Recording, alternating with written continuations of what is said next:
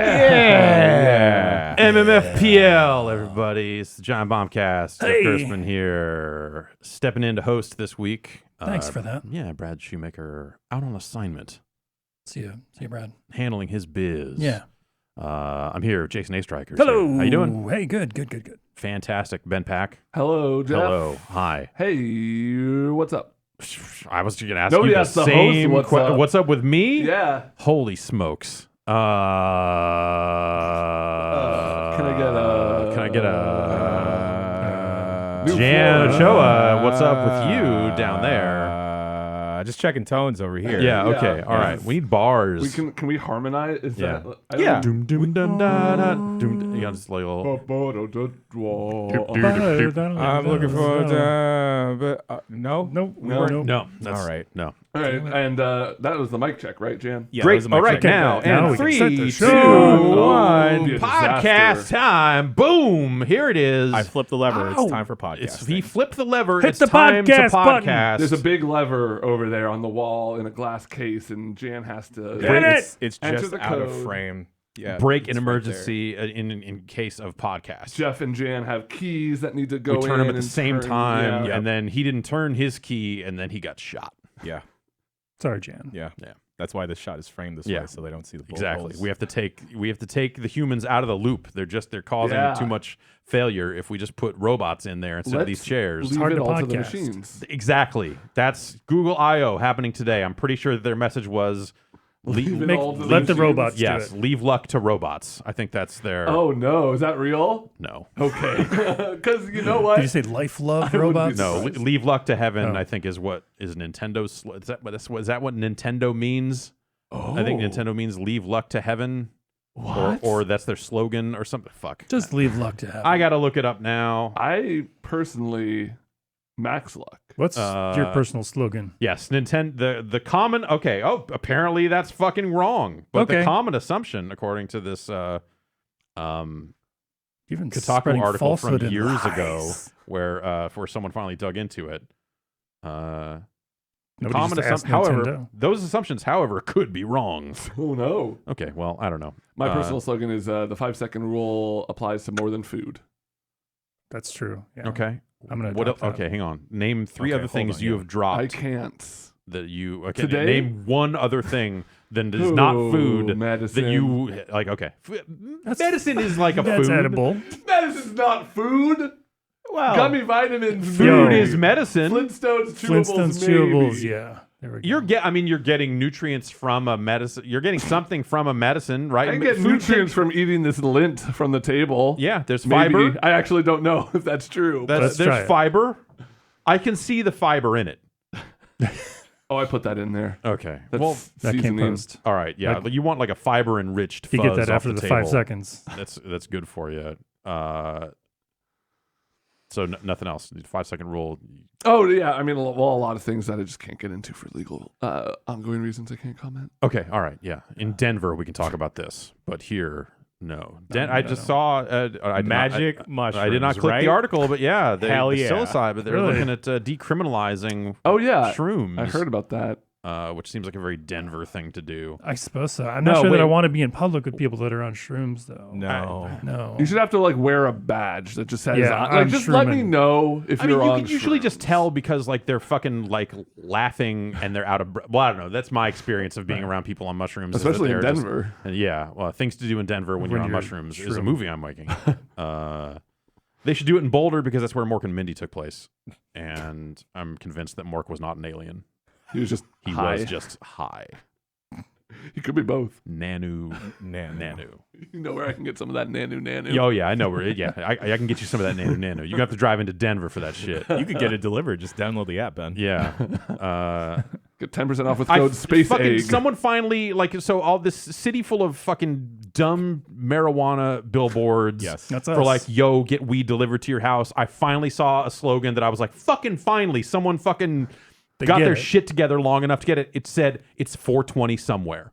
Yeah. And I was like, yes, you fucking nailed it. Finally.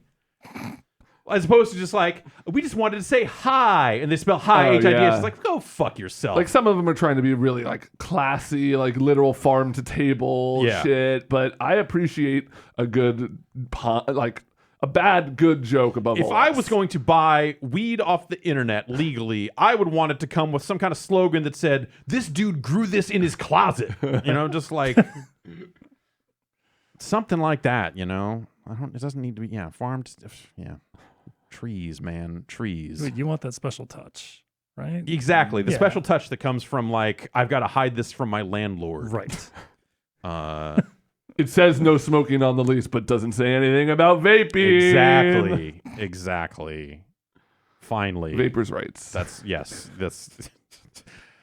oh boy. Yeah, let's do a full hour on I mean, Right we're to not vape. getting those magazines anymore. No, I haven't seen someone subscribed us to some vape magazine. the and official vape vape magazine. And every month it was some fucking grimacing white dude on the cover that was just they're taking away my right to vape. The government's coming for your You gear. can have my jewel when I pry it from my cold dead. Meet the congressman Jewel, that fighting shit's for for vapors' kids, rights. man. Fucking mod box and And then dual coil setup. every other page was an ad with a snake on it, and Yeah. just said enter the dragon. Enter And the you're like, dragon, why- or why it was there a was snake on alternating there? between enter the dragon and don't tread on vapes.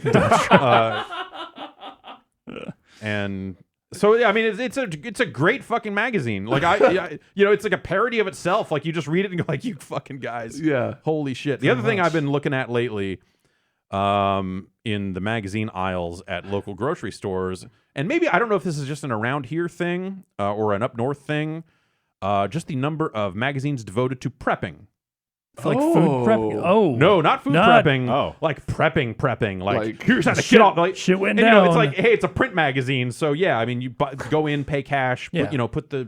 You're not makeup gonna be able on to pull this foil up on the- your iPad No, later after exactly. the fact. So yeah, print's so Such a good. colloidal silver. Yeah, Yeah. and you smear all that on Turn and blue. drink it until you turn blue, and then read this article about how to get off the grid. But it's too late because they put the microchips in the money, man. What? The chips are in the money. The strips. Yeah, those Yeah. strips. They can track that shit. They can track. I'm pretty sure. Shit. And one of them, anyway, one of these prepper magazines, and so it's What are the covers of these prepper magazines? look again like? grimacing white dudes angry about Taking the government away- and taking Yeah. away Oh, something shit. from With a big them. barrel. It's the Yeah, same publisher. yeah, and one of them was Yeah, probably. it's a guy who I think is a bass player in a band or something. And he's just he likes to fucking, I think he's a guitar player, hot licks and fucking Rugers. And just lives guns and guitars. And he's wearing a big shitty top hat. Just it's Basically, the kind of amazing- person you want to put the faith of restoring America after some sort of large-scale disaster. into. Absolutely. These are the people who are going to usher in. Far Cry New America Dawn 2. was about this dude. Yeah, America 2. Do they have any home and garden types? It's meal prep with just canned Some goods. of it is definitely okay. hey, 'cause I'm fairly certain, having flipped through one or two of these magazines, that Want to there's spice definitely up your meal? there's a lot of hey, what to do about food. Yeah, it's Throw hey, in black beans and kidney beans. put a little gunpowder in there. But it's that aspect of okay, we bought all these cases of food from the religious network. Yep. There's not Jerry. Pat, Not Pat Robinson's. He's selling Is foods. it Falwell or Robertson? I can't wow. remember. I kind of mix up all the Jerry, mega church guys. yeah. They were selling just buckets of food, and you Yeah. get these food buckets of buckets. it's 50. KFC. It's 50 steak tartars. So I imagine, you could probably have some articles in there about hey, after you get through about 30 of these, you're not going to want to eat any more of them. So here's a couple of ideas just to spice up your meal prep. You can do boiled steak tartare, fried steak tartare, Yeah. oven baked steak tartare. Well, you're supposed to actually be eating out of your stash because they don't last all that long. Right. So you're supposed to Right. get them and eat them and get more. So it's not Yeah. even hey, here's 20 years of food. It's more hey, you should really get all this and eat it and then buy more from us. Because if you only had to buy it once, we would not sell that many food buckets. I'm sorry, they don't sell them. It's if you donate this amount of money as a love offering, we will send you the bucket of food. Fuck out of here with your love offering. What? Like how pachinko parlors work in Japan. Basically, yeah. It's like you just get all the balls and then go next door and it's like, I don't know, we're just selling groceries for balls over here. If you got balls, we got groceries.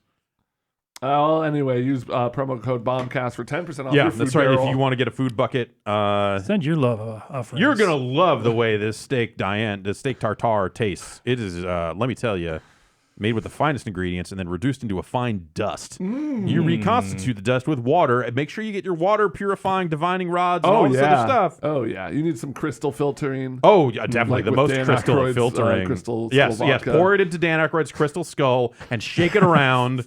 And then pour it out, and then Blues Brothers 3000, boom, pow, you've got... All the fluoride's gone. Yeah, all the fluoride is gone. And then you have to put the fluoride back in. But it's the good fluoride. Yeah, we got good fluoride. We got good fluoride we're going to sell you. They can't track that fluoride. Anyway, video games. Nope. There's we're in this weird slow patch right now before E3 where there... Oddly slow. Like, Yeah, the calm before the storm. Wow. But we'll see Well, if the storm is the storm this year. Yeah. E3 seems like it could be a little light. We'll know more about that, and well, I'll know more about that any day now, actually. But yeah, you got Judges Week coming up. yeah, right? coming up pretty soon here, and yeah. So I was like basically kicked out of my house for a week. My wife and I were Not going well, had to huh? stay in a hotel. No, we left together. Had to board the cats. We were I getting some see. work done in the house that took way longer than anticipated, and You had I a wrote about some of this staycation. in the newsletter. That if you sign up for the newsletter, you got that newsletter. Then you know all about this already. And about my quest for a couch. I got one, but- no, yeah, we got a couch. We Yep, haven't we I have bought any it free couches. yesterday. Great. Confirmed. Gonna And have to armchair. drive it all the way Great. down here. Yep. We're Great. going to drive it here, and we're going to drive it all the way there. Great. Yeah, that's efficiency. I love it. Yep. Um, But it's ours. yeah, so it was just a weird week for me. I'm like back in the house. I've not had time to play a ton of stuff. I've kind of been dipping back into Mortal Kombat here and there. Yeah, me too. And I've been waiting in that. yeah. Less dipping, Mhm. more waiting on like 2 different consoles.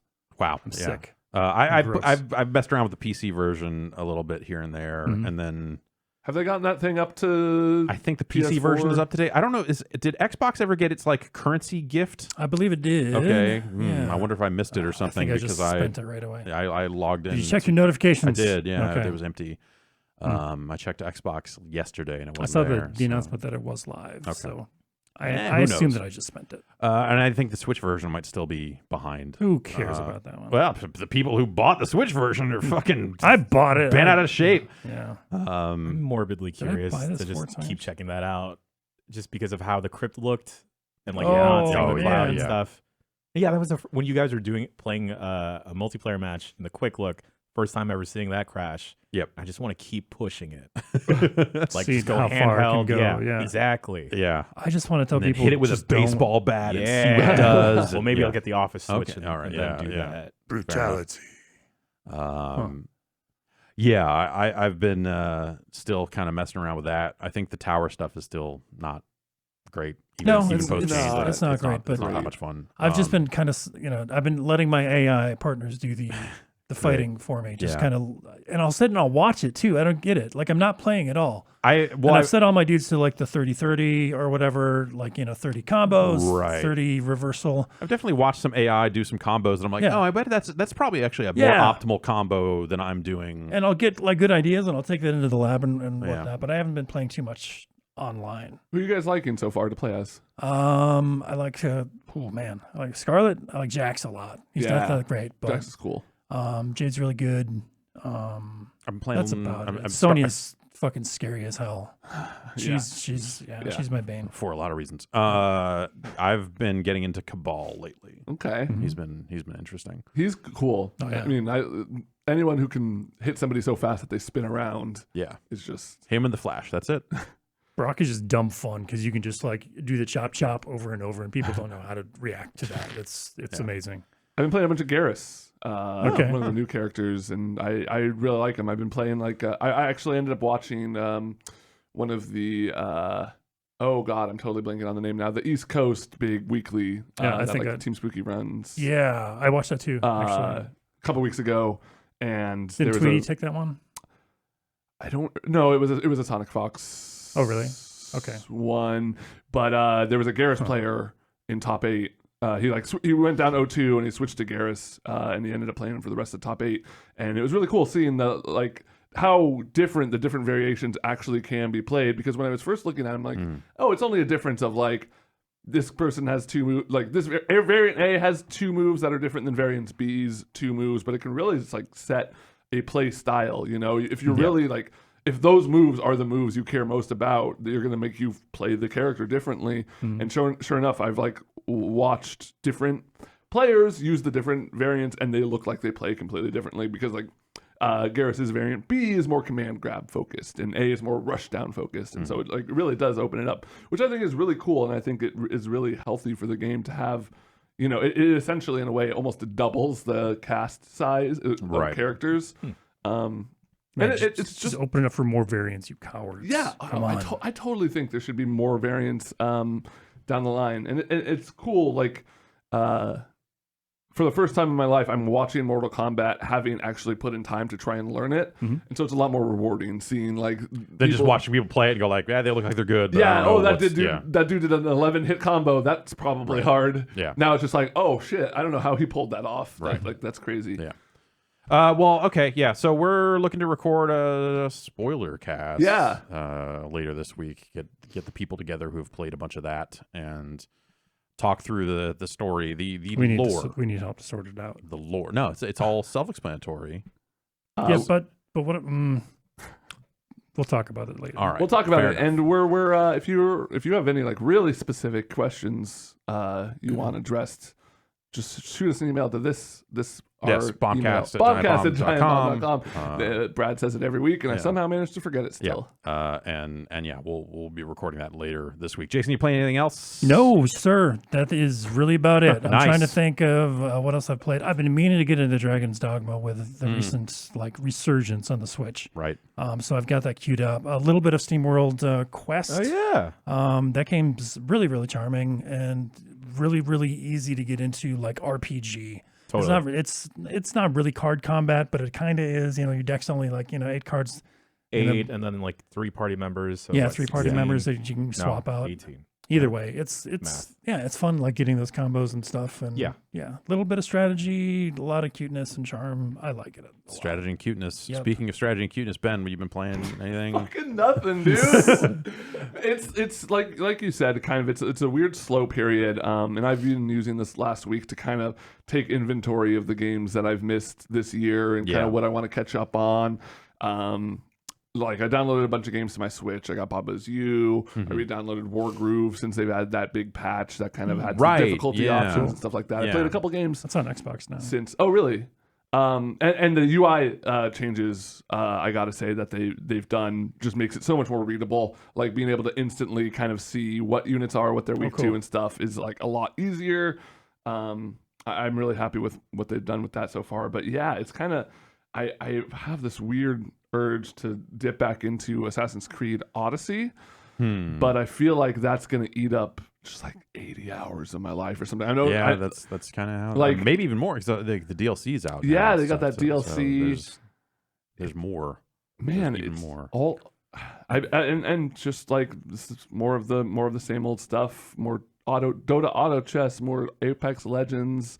Apex still fun.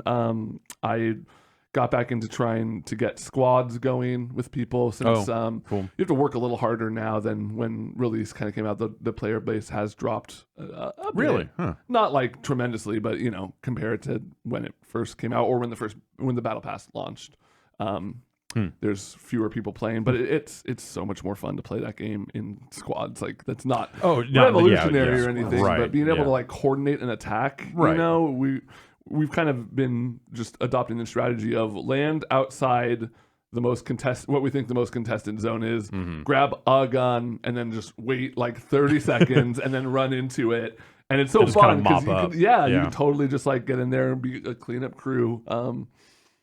Yeah, man, that game is great. I've actually gone back and I was just curious to see if those skills, the kind of the shooting practice I've built up in Apex would apply to a game I used to play a lot with my friends. Counter-Strike, you ever hear that? Counter-Strike. This Yeah. is Source. So I think it's like the first one, because why else Okay. would you call it Yeah. Source? Yeah. But long story short, it doesn't, and I'm still really, really bad at that game. Yeah. Well, it's, you got to consider that the people that have been playing Counter-Strike didn't stop. No, they did not. So you did you actually go back to CS Source and not Go? Oh, I did CS:GO is kinda download like the Source most because I modern- thought Go was the most modern one. Yeah. And that explains why I thought, man, this looks like shit Yeah.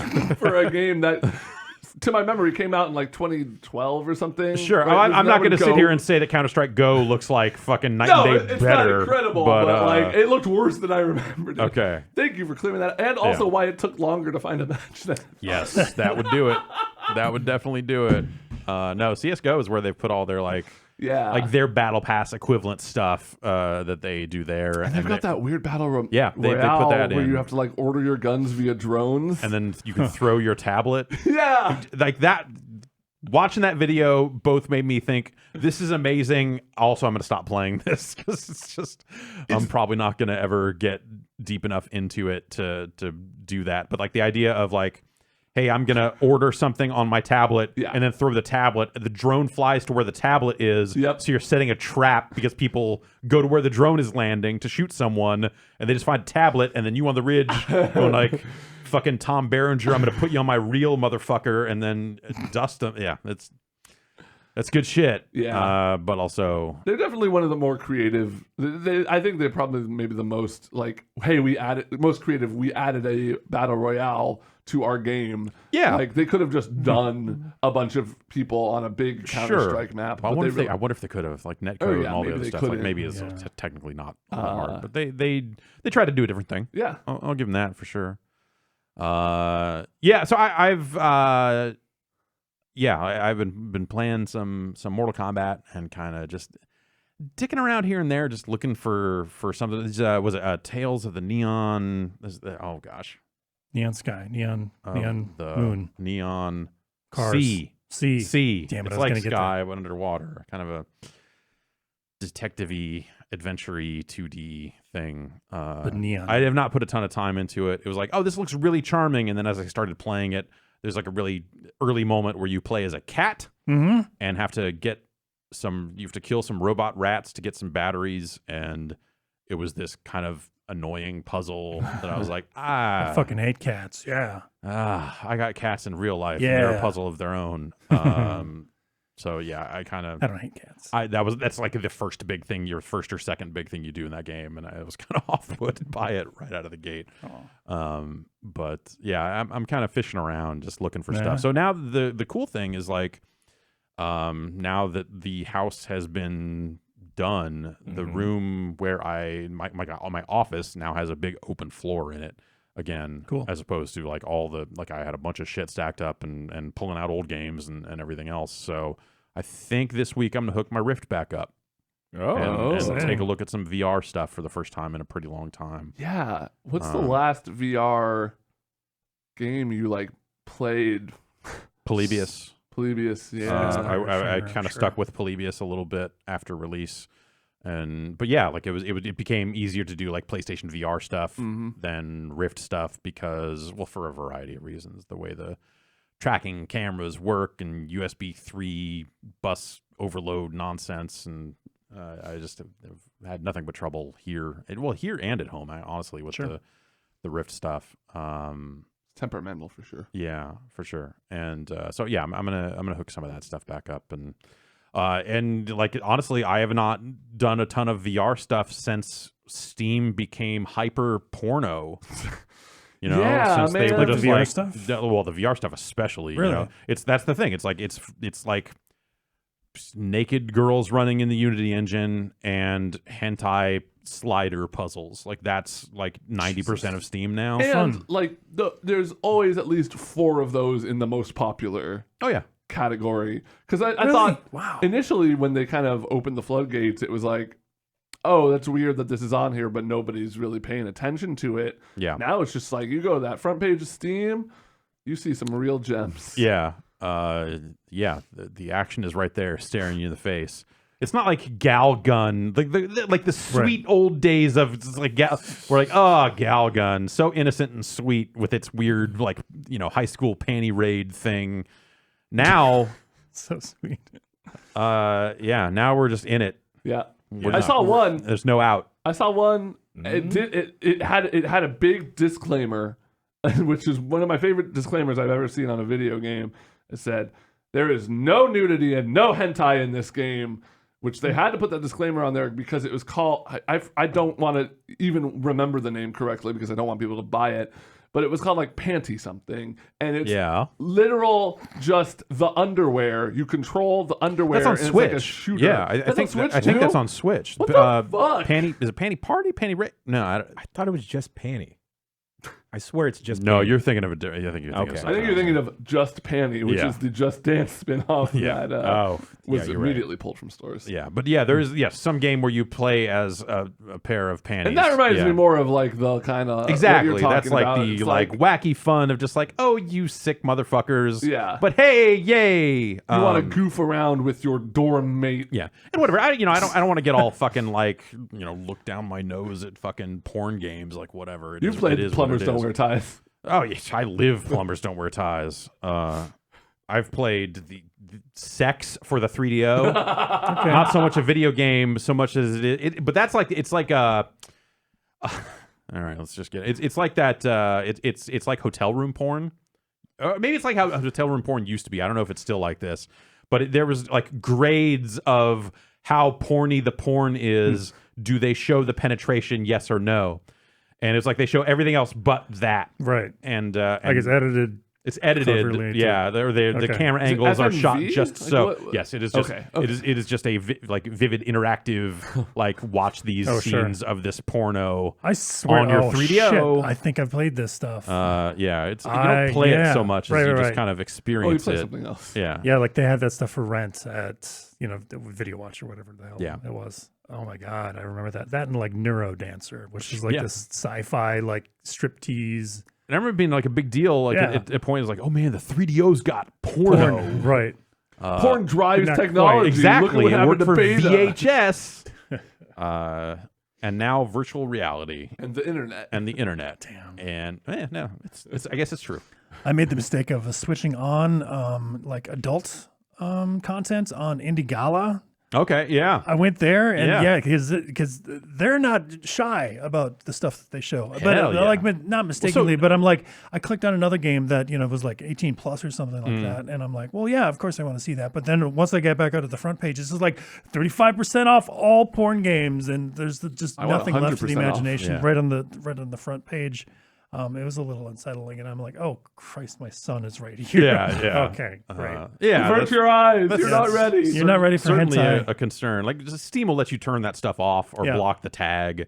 But yeah, when you click onto those pages, it's got like two things. One, all those screenshots, just full nudity, bam, right there, pow, Bam. pow. And then a line below it that says, yo, this is here because you turned on adult, like you said adult stuff was okay. If you want to turn it off, here's how you do it. Like they always put that To on give the game you pages, a road back, which I always found funny. Why would I ever want to turn that off? because maybe you have a 3-year-old. Okay, yeah, maybe. My cats don't They need don't to care. see- They're they don't need to totally see into that. They don't need to see that. They're always totally watching into it. Yeah, no. Jan, you into anything? Yeah. I'm in a lot of stuff. Now I feel like now I feel like I got to go to rent a hotel room, not for like nefarious activities, but just to like watch some stuff. Okay. Yeah. Speaking about fighting games with story modes, Mhm. Power Rangers Battle for the Grid, y'all. Yeah, boy. They patched in a story mode. Yeah. And we played that on UPF. And voice acting. And some more voice acting. characters. We got 3 free characters. We got Dragon. Oh, that's a banger. Gotta save that one for last. We got Cenozoic Billy. So we got some blue Power Ranger representation. Finally. Yeah, that was my biggest problem with the game. That was your biggest problem. Okay. No Blue Ranger. You don't know you know I always forget her name. She's like Sub-Zero. She got a staff. Okay. But then we got fucking Dragon Armor Trini. That's And crazy. I know that right now that means Holy shit! Yo. Thank you, Ben. I know that means nothing in this room, but yo, shit's tight. I mean, the game is still bad, right? The game is good. It's a good fighting game. All right. Yeah. Okay. And now, like, okay, Solid. cool. People say stuff when you start a fight. Or Is it like, any But of the who says actors? stuff? Some of it Yeah. is Oh, it totally. actors from the show or Yeah. They shows? got Jason David Frank, JDF, baby. JDF. Oh fuck. Yeah, dude. Tommy Oliver himself, the Green Rangers / White fuck. Rangers / Lord Draken. Yeah, it's cool Fuck. that they felt the need. I wouldn't have thought they'd have continued support for like a budget title game and feel compelled enough to add a story mode into it. I just downloaded this on Xbox and have not tried it yet. I'm not a It scientist. plays solid. like it's definitely like it plays like a versus game, but not all crazy super combo focused. It's a lot more Okay. kind of relaxed. Like you're doing Lots like of chain combos. Nice Yeah, laid just like- back versus Yeah. game. Yeah. Gonna take you for a ride, but not a too intensive a ride. No, we're gonna obey the speed limit. Nice. Yeah, this is like the roller coasters at a theme park that's like won't have too many loop-de-loops. It's just going really fast in a circle. Okay. Yeah, it's one of those. The story's okay. It's just 12 chapters, and It seemed like you were going through those pretty quick yeah, when we were playing it on UPF. yeah. And I think the awkward part was that I didn't know I was playing as like the bad guy all of a sudden. Yeah. And And you just morally couldn't handle that. I couldn't handle that. I didn't want to be Goldar. It opens with a really nice, well done, well animated cinematic. That's just like a motion graphic almost. But then in between the chapters, it's just a bunch of text dialogues stuff. It's just 12 chapters. I haven't gone all the way through it yet, but almost there. So it goes for the battle for the grid storyline with the characters that they have. That's cool. It's neat. All right. Also, I blame Ben for this. Yeah, I was gonna bring it up if you weren't. Oh God. So Rumble Stars? Is that what Rumble it is? Stars. Rumble Stars. Rumble Stars. That sounds like a mobile game. Hell Yes. yeah, it looks like one too. Look at these guys. You know What? Oh, look You at see that that? icon. You That see guy that? is like looking over there and Yeah. going, ah. They both got a wry smile on their face. Ben, you wanna? Is that like an update of DreamWorks face? It's just mobile app Yeah, icon mobile face. app For sure. Game of War face. Yeah. God, it's Hey, a Warface. shameless.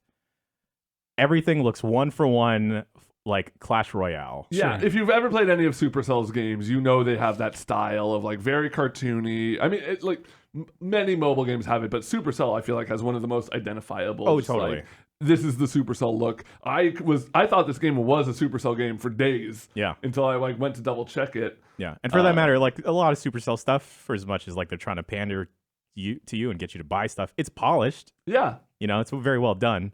The Rumble Stars, I just feel dirty. Why do you feel dirty? I actually feel more clean than when I was playing What do you Clash do? Royale. Okay, hang on. Okay. What do you do in it? Rumble Yo, Stars. what do you do? Is How do you shoot? us? Well, How do I tap? They What do shoot I for you. This is kind of like All right. It's kind of like a tower defense meets soccer game where you've got a field. Fuck, man. You've got like a field of you build a team of like 10 dudes, each with a mana cost basically. Like if you want to use Hearthstone or Clash Royale terms, and you flick them onto the field, and they each behave differently. There'll be like offensive oriented guys like a tiger who's just kind of like he'll carry the ball towards the goal and shoot. Which character do you tap on to make them bend it like Beckham? Frog? Yeah, the frog's pretty good. The frog. I mean, like you can use the Yeah. magnet guy to like bend your opponent to your will. Yeah, that's Yeah? true. Okay. Yeah. All right. I like it. I like it Okay. a lot. It's fun. It's easy to play. It's the thing that it does that Supercell games don't do, which is kind of nice, is it only matches you against people with actual similar skill level based on their characters, as Okay. opposed to just like the Supercell thing of eventually you are going to get matched against people who have way better characters Are than you sure that you just haven't reached that point in the game yet? Yeah. I don't know. I've played a lot of it, and the people like this is kind of echoed in the reviews. Is this seems a lot less? They are just the thing that they the thing that they do versus a Supercell is they're just way more aggressive with trying to get you to buy things, where it's like every time you level up, it's like, ooh, exclusive chest for hitting level 6. It's 99 cents and you can get all of this stuff, and you just see that stuff constantly. Okay. But it's I've spent $2 so far. I bought the 2 like 99-cent. You just bought the game. Here's a little booster set thing, and I'm probably not going to spend any more. Who knows? Probably. Who knows? Jan. It's only The $1 thing to that get bums me chest, out so. that they could have done and like gone away from Supercell is no emotes, but there's fucking emotes in this game, and I was still having haven't fun. figured out how to do them. It's like bottom right corner or some shit. But then I was having fun playing some soccer with my little lazy panda, my little cute dog, and Loyal like this dog. sniper wolf. Yeah. And then Sniper Wolf's in the game. and then I messed up. Wow. And then my fucking opponent starts shooting off laughing lions, and I want to throw my phone across the fucking room. Yeah. Can you not mute them? No, I think. Maybe no one else has figured out emotes yet. I certainly haven't. But then this fucking game has got me to re-download fucking Clash Royale. No, Because I wanted Jan. I wanted the real stuff. This is like when you go for like knockoff man. Coca-Cola Yeah. or whatever. When you go for Shasta, but you were like, fuck, I need the real shit. When you go for methadone. Yeah. Yeah. And I hate myself even more. And I just feel dirty. And then I dropped $5 on Clash Royale. What the? I'm going to take your phone away. No, after don't this do podcast. don't do that. I need to get stuff off the phone. Oh God. You can get apps off your phone. All right. I mean, 2v2 is still pretty fun. At least in Clash Royale, Jason's just leaving the room now. Done. He's like, Wow. Nope. All right. Well, there goes my hero. You know, I also those games, a big part of them is like clans. You know, you can have like a little 50-person group. Yeah. No, that's That's fucking, and you get daily rewards, et cetera, et cetera. And you're So like egging each other on to just be like, I spent some money on this. It was good. or the best one is like begging for because you can like donate. Oh, okay. And it's like, please, Wow. please give me, please, and you get like rewards if you donate, so it's very incentivized to keep you in there. Mhm. Anyways, I started a giant bomb group, and I was like, oh, it's cool. I'll start a giant bomb one, and I'll mention it on the podcast. Anyone who wants to join can join. It literally filled up within 24 hours, full of randoms just screaming expletives and swears in the general group chat. Good. Tight. Don't think there are fans. Can't say for sure. I tried to start another clan, Real Giant Bomb, but I didn't have enough coins. That's right. And then I spent 1,000 coins on this clan. Well, then now I know why, because you spent $2, so you got the gold. Yeah. I'm sitting here with a measly 150. So I run a Tap Titans 2 clan. Oh yeah. Oh, okay. We talking clans. Yeah, and Chatting they clans. just rolled out their like big raid update. So it used to be like, okay, there was a big monster, and every day everyone needed to tap on the big monster, and you could tap on in the big monster. I think it's like once an hour, unless you spend some diamonds, and then you can tap on it over and over again. And basically, every time the big monster dies, you're the damage that in each individual player does goes up a little bit. Sure. There's like a clan level bonus basically, and there's a leaderboard for like who's in the top clan. They took that whole system, threw it the fuck out, and replaced it with like another system of like, okay, now there's you build a deck of 3 cards out of a possible 12 cards, and each one of those has abilities that can stack on, and so now it's like it's the same tap the big monster thing. But now the monster has different spots where you can tap it. So like some cards do more damage to the head, and some cards will do toxic damage to the legs. And so it becomes a little more about strategic, like, okay, if I attack first, then I'm going to do this damage, and then you come in after, and so you can attack 3 times every 12 hours. Okay. And so you have to build 3 decks of 3 cards each to do it, and it's this like way more complicated system that's I was gonna ask, is this what you come to Tap Titans for? This level of like intricacy and strategy and having to coordinate? Think so, but we haven't had to coordinate yet because it's all super low level stuff. So it's just like, I wake up and go, oh, they killed the thing before I ever got to take a swing at it. All right, cool. And then it takes another 24 hours for the thing to come back. Right. Yeah. And so I don't know, like they've been hyping up this update for a very long time, like running Twitch streams, like the raid update's coming, and like all along it's been like, I don't know that like it's not that type of coordination. I'm not sure is like beneficial to this idle game, but I guess I see where they're going with it. It doesn't seem bad per se, but I'm still not sure if it's like an actual good thing. Do you have to actively activate those 3 cards, or could they just passively? They're off? more or less passive, but you have to. So okay. basically, you tap on the monster, Yeah. and while you're tapping on them, you have 30 seconds to tap on the monster, Okay, and then as you're doing the tapping, the cards will fire off. I see. And so you need to be tapping on the head if you have a card that says, "Oh, you're going to do more damage to the head." Okay. And so it focuses your tapping a little bit, whereas before it was just like, I need to use as many fingers as possible to tap the screen. Now it's still that, but I need to kind of fucking gang sign my fingers in such a way that it's tapping on the legs and the head at the same time. It's a mess. Everyone's going to get carpal tunnel. It's probably a bad thing overall, but I don't know. So, but now there's like a whole new currency of like raid dust or whatever that you use to get cards and yum. shit. So, yeah. I feel like some raid dust would come in handy for a prepper scenario. Yeah, if you had just a little bit of raid dust that you could like put that on that steak tartare, I think that would really spruce it up a little bit. Speaking of sprucing, we're gonna spruce our way into the break. What? Oh, I mean, there's one more thing. Should we need to save that for after the break then? let's take the break Yeah. and get Take the into break. it. If we Yeah. can come back for one more thing All after right. this.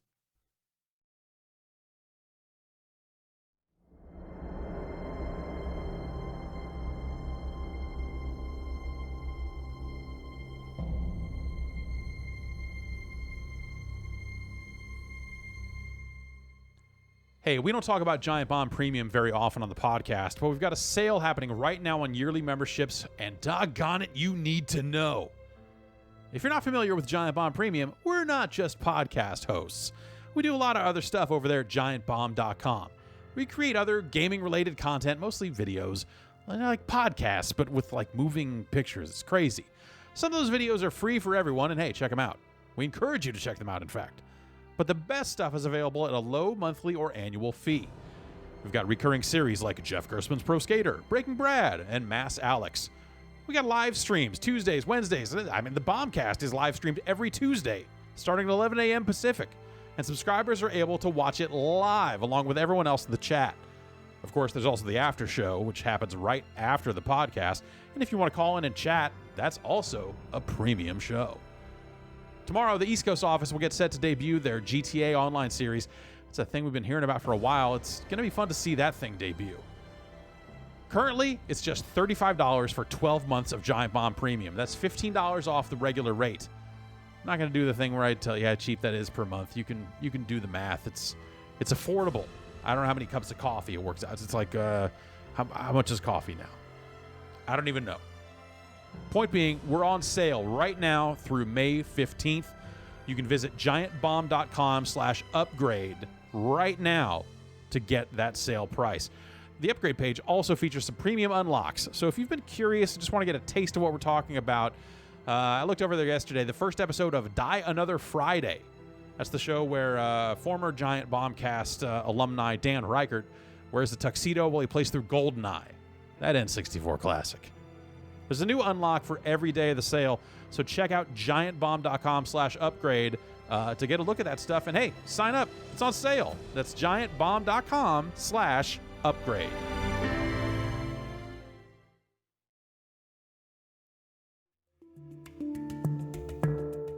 Support for today's show comes to you in part from new Starbucks Triple Shot Energy. Starbucks Triple Shot Energy has 225 milligrams of caffeine from Starbucks coffee, a hint of flavor, and it's enhanced with guarana, B vitamins, and ginseng for the energy to do what matters to you. And it's available in 3 delicious flavors, including French vanilla, cafe mocha, and caramel. Hey, it's going to happen sometimes. Your energy's spent, but there's more you want to do, right? So get out there and do something you enjoy with a little bit of an extra burst of energy, Get that second wave in your day. Like you leave work and you got hobbies you want to do. You want to spend time with your family, do stuff, Triple Shot Energy, right? Check it out. You can find Starbucks Triple Shot Energy in your local grocery or convenience store right now.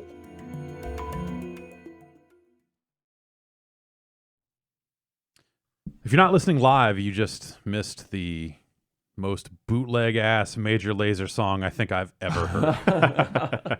Like just criminal. Like someone, it's like someone put that song on a timeline and then just started dragging elements onto it and then removed the original song and said, "All right, there you go. Remove the scaffolding. We're good." Why you gotta talk shit about Admiral Blaster?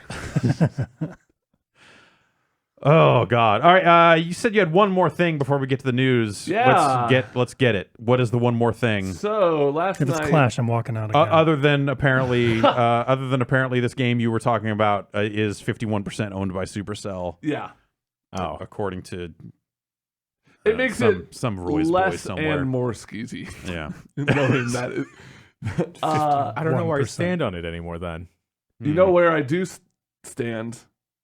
In line at the AMC Metreon last night with Jan to see. Detective Pikachu, baby. Oh, it's Yo, out? I saw that. No, Okay. Jason, Detective we're cool. Pikachu, baby. Oh, And No, so we got I to see just added Detective Pikachu, baby. That'd last be a night. Pichu. Come on, Jan, Ben. what'd you think? I thought, okay, so I was equating this to when you are waiting for a bus and then a cute dog comes up to you. So it's like three things. One, it's cute. Two, it's very fun to run into a very friendly dog. And then three, it's very short and then the dog eventually goes away. And that is why I think of Detective Pikachu. It was cute. It was very fun. And then, it was very short. Like ephemeral, like it just fades Yeah. away Yeah. like some kind of mist. The dog didn't need to be there Yeah. as long as it needed to be, and neither was the whole movie. Great. Because they could have easily just egged it on. It's like, here's like an additional 20, 30 minutes of weirder exposition of like, we're going to lay out this whole universe. The Pokemon There's Cinematic Universe. Yes. The PCU. Yeah. Yeah, we kind of expected them to do some sort of like. let's do PCU. host- Let's sequel to PCU. Right, get Jeremy Piven. He's gonna play fucking adult Ash Ketchum. Oh God. Oh, boy. Anyway, But Yeah, it was an enjoyable time. It was fun. Like it's a kids movie. totally. Like it is and it was a really good proof of concept of we can make Pokemon Work. move around in Yeah. 3D Yeah. and look cool. and look realistic, and yet the not trailer like, looked cool. I liked the look of these And there's damn a lot Pokemon. more of Yeah. that. There's some really cool stuff in there. There's a lot of really confusing stuff which I won't get into, but I think it was fun. Yeah, think it I was mean, just like the opening shot of the movie is like a bunch of Pidgeotos and Pidgeots just like flying through like a farm area, and like that looked pretty dope. yeah, even And then just even seeing the how little stuff like that. seeing how much physical space a Pokemon would actually take up, and Yeah, that's kind of Yeah. the part that, like, outside of, I mean, the anime, but who knows how tall any of those people are. Yeah. I bet No, we actually know. those stats are probably out there somewhere. So, I guess, like, I like, obviously we don't want to just, like, rip through the plot and all this other stuff here for people who, are excited. are freaked out Yeah. about spoilers already. Does it lend itself to there being more movies? And do you think it does? And my follow up is more Detective Pikachu movies or more Pokemon movies? Definitely more Pokemon movies, Yeah. not specifically a Yeah. Detective Pikachu. Does it feel per like it's se. like deliberately setting up like, oh, we're not done, Mm, or is it more just kind of leaves it open like, hey, we'll see? It I leaves think it it's- open ended enough? Okay. Yeah, it's more Yeah. of just like, hey, did you see all those Pokemon that we did? Right. Just imagine in like 2 years when we do the real, because I mean they've said that they want to do like a red blue movie. Yeah. Yeah. And I Would they think do it? Because that's like the fucking Clue movie. Oh, where yeah, it's like having you just different you theaters go and different see red, endings. and you go see Yeah. blue. You see And do different they just Pokemon. CGI? Yeah, it's like the exact same scenes, but in this scene, it's like a fucking Mudkips, and this scene is something else. Like I would wait a Like little Trio. bit and see Yellow. Straight Yeah, to DVD, totally. and you get to see Pikachu surfing in it. worth it. Yeah, I mean, I guess they spent all this time. There's enough like little nods to maybe doing red and blue. You see 2-3 characters wearing like that specific, not the Ash Ketchum hat, Mhm. but like hey, they're wearing a red hat. Are they red? Right. And like they definitely set up that this is like a world. Like Yes. this is just a city in this big world full of Yeah. Pokemon. So they could very easily. And then, like, Yeah, I yeah. think one of my minor complaints is that you would see the same couple Pokemon over and over again. But then when I was thinking how this city is set up and that this city, like, Pokemon and people live together in harmony. So And there's a dark, seedy underbelly. always. Fight Club. It kind of makes sense that these specific Pokemon would be living in the city if they're used for utility's sake. Yeah. Like, there's a shot of squirrels putting out fires and, like, Machamp's directing traffic because they have These so are many beasts arms. of burden. Yes. Right. Yeah. And then a Snorlax just hanging out. Jan, I really love that your main problem with the Pokemon movie is not enough Pokemon. Dude, I gotta catch them all, man. That's a fun. Yeah. That's we should have thought ahead and just like sent you in there with a pad and paper and just like count how many different ones were in it. I'd Could say possibly about 150. I'd say like 40 to 50. 40 Okay. to 50, yeah. Yeah. There's like, well, there was 4 different bird ones. Okay, we're Anyway, gonna let Jan yeah. count Okay. mentally Yeah. recount for But the yeah, rest like of the what Ben podcast. was saying, it was like it's neat to see a kind of proof of concept and seeing it work and it being stupid charming. It was kind of like, I was talking to Jan about this. It was kind of like the experience we both had with Pokemon Let's Go, where it was like playing that and seeing, like walking around these worlds in 3D that we are familiar with. That one's just straight, way more like straight nostalgia shot. Right. Yeah. This is more of like, man, remember when you were a kid and you thought, I wish Pokemon were real? Yeah. And now you can see what it would look like. Totally. It totally drills down in that part. Yeah, they drill into the movie of like every person has their Pokemon partner, and then I was just thinking like, fuck, I wish I would be had a rad. Pokemon partner. Yeah. If you only could have one Pokemon to be your Pokemon partner, who would it be? I don't know. Would I have the same profession in the Pokemon universe? Would I still be doing video over there? Oh, Or- yeah. Oh god. Maybe like a Machamp so he can help switch the cameras and stuff. He can right? reach the lights in the studio. Yeah. Oh, dude. Maybe I just get one that flies. If I was a chef, maybe Munchlax, because he could give me little critiques on. Well, but Munchlax would eat anything. What am I thinking? Yeah. What are you thinking? I don't know. Diglets are cool, but they'd rip up the carpet and Yeah, please don't do everything. that. Yeah. If those people in your home had some Diglets, probably could have gotten No, it done I had a Doug trio twice. in there. Oh, okay.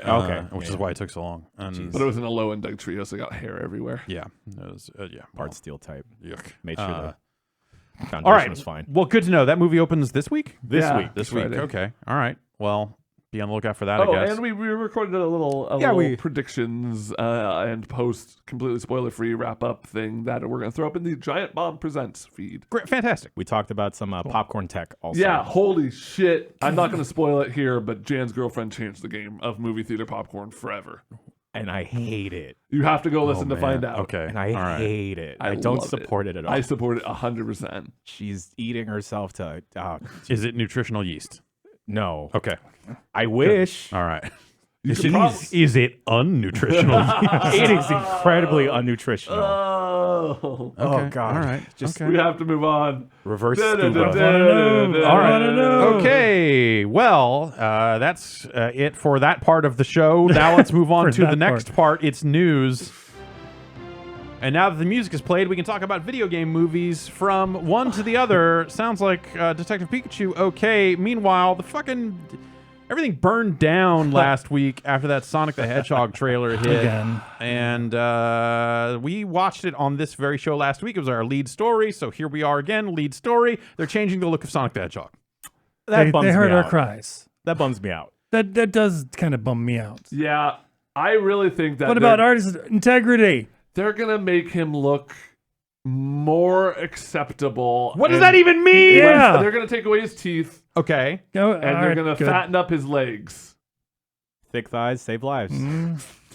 All right. I can't argue with that. I mean, And if it's that's- going to look like better, but it's going to lose. Like, there's something you about wanted this. that thing to be a nightmare. Yeah, Yeah, It's totally. more interesting if he looks kind of unsettling. Like I feel like because Eggman and Jim Carrey's look obviously gets really extreme and weird. Like Sonic needs to look weird. He needs to not look from here. He's not from here. But what if it is just like, hey, we're going to change his face and aspects of his body shape to look more accurate to the original depiction of Sonic? Is that Okay. You know, like I don't think that's. Here's my other thing. I think it's going to take way more than changing the way Sonic looks to like quote unquote fix that movie. Are you kidding me? Like that thing seems like a fucking nightmare. Here's the quote from the director Jeff Fowler. The message is loud and clear. You aren't happy with the design and you want changes. It's going to happen. Everyone at Paramount and Sega are fully committed to making this character the best he can be. Like I don't know, it's going to happen. like that. Like the look of Sonic was like kind of nightmarish, but like that was not the issue. Like watching that trailer was more just like okay. I was, like certainly a part of it. That was the part that put me on edge, and then everything else just kind of pushed me over. Yeah, it was like okay, a creative team that would have put this trailer together is already so far off base for making like a good movie that you're just like and it felt like most of the takes were like, oh, are we just into just making deliberately bad movies now? Is that what they're doing? Is that how you get people to see something? And I like by the end of it, I was like, is this gonna end up just being like some kind of snakes on a plane situation where they have to eventually market it as just like, yo, this is fucking bullshit. Come see this fucking trash we made. Whoops. Remember when all the ads for Gotti were like, critics are lying about Gotti, and the audiences know that it's actually good, so come see it. I think that everyone who was earnestly complaining about the way Sonic looks weren't the kind of people who are going to go see that movie anyway. Sure. Like, who is going to go see the Sonic movie? Diehard Sonic fans who are going to see it no matter what Sonic looks like. Yeah. Kids and parents. Parents who like have kids. Yeah. That's going to be like the majority of the audience, and none of them give a shit how Sonic looks. So at that point, like, why not make it a little more nightmarish for like the fucking weird stoners that are just like, dude, we're gonna go see fucking Sonic the Hedgehog. Did you see his fucking teeth? Yeah. Denver, big market. And for Ben, the fourth group is just people fucking morbidly curious about that shit, man. Yeah, and that's who you're gonna lose. And now I'm gonna want I want the real version of Sonic. I want the version they were originally marketing. I want that movie. And I saw like a breakdown of kind of like how they can't really change the way he looks that much, because if you think about how CG works, like shots of like anytime somebody's handing something to Sonic or standing next to Sonic or whatever are interacting with the character, you can't change his height because the actors are like they're acting at a certain marks. height. I mean, you probably could, but it would be dramatically more work. Yeah, it would just take if not so reshoots. much more work and reshoots, and they haven't announced a delay as far as I know. Yeah. Which means that these poor animators are going to be working day and night to like what? For a thing make that like Sonic take look his teeth out? 20% less weird. Right. Like and what's the dollar amount like that brings in if they fix like I don't know that I saw anyone saying I'm not going to see that movie because Sonic looks bad. No. It was like you already knew. Like you could say, hey man, they're making a Sonic the Hedgehog movie, and like just like fucking gut reaction, I think people the majority of people already have made up their mind right there if that's something they would see or not. There's some people that are going to be on the fringes, but I don't think the look of Sonic the Hedgehog is going to actually change that much for that. So This is going to be still as much of a shit show as it originally was. Like, no amount of like teeth removal is going to fix any of that. But what if they put twice as many teeth? Oh, And also, then it is fixing it. Yeah. Oh, I don't know. Think about all the merch. Think about anything that's Yeah, had like Sonic's that's- face yeah, on it has fuck, to that's change. actually- like, all that shit. I wonder if that's like a Oh, November what if release. the toys get Yeah. released Yeah, with probably. teeth? Yeah, that means Oh, we we need gotta to. get some of that pre-run. We need to Ultra find. rare. There's like it's gonna be like the lunchbox. Super Bowl T-shirts of the losing team that just gets donated somewhere weird. Not weird, but you know. Yes. God, the fucking production costs. Yeah. For something that probably was like an argument that someone had and lost at some point. Oh, You yeah. know, for like, there's probably someone right now going like, I fucking told you. This doesn't look like something that. How many times did I say? The one person on staff who Hey, played boss, the I game think this might or look looked like at a dog picture. shit. You don't know what the kids want. I was a post-associate producer on Cloudy with a Chance of Meatballs 2. Where were you? Whoa. Who are you? Who are you to tell me how Sonic the Hedgehog looks? Yeah, man, it's unfortunate. Like my favorite is the people who are like, "Oh, this is all a psyop. They already had the backup Sonic, and this is all a marketing But stunt like that's to get the people like talking." for them to do that. Okay, let's fucking imagine that this fucking like nonsense could actually be true. That anyone would ever okay something like this, Right, yeah, that would be like that's where they want to put the money. That's the risk they're going to take with the brand and all that stuff. Like no.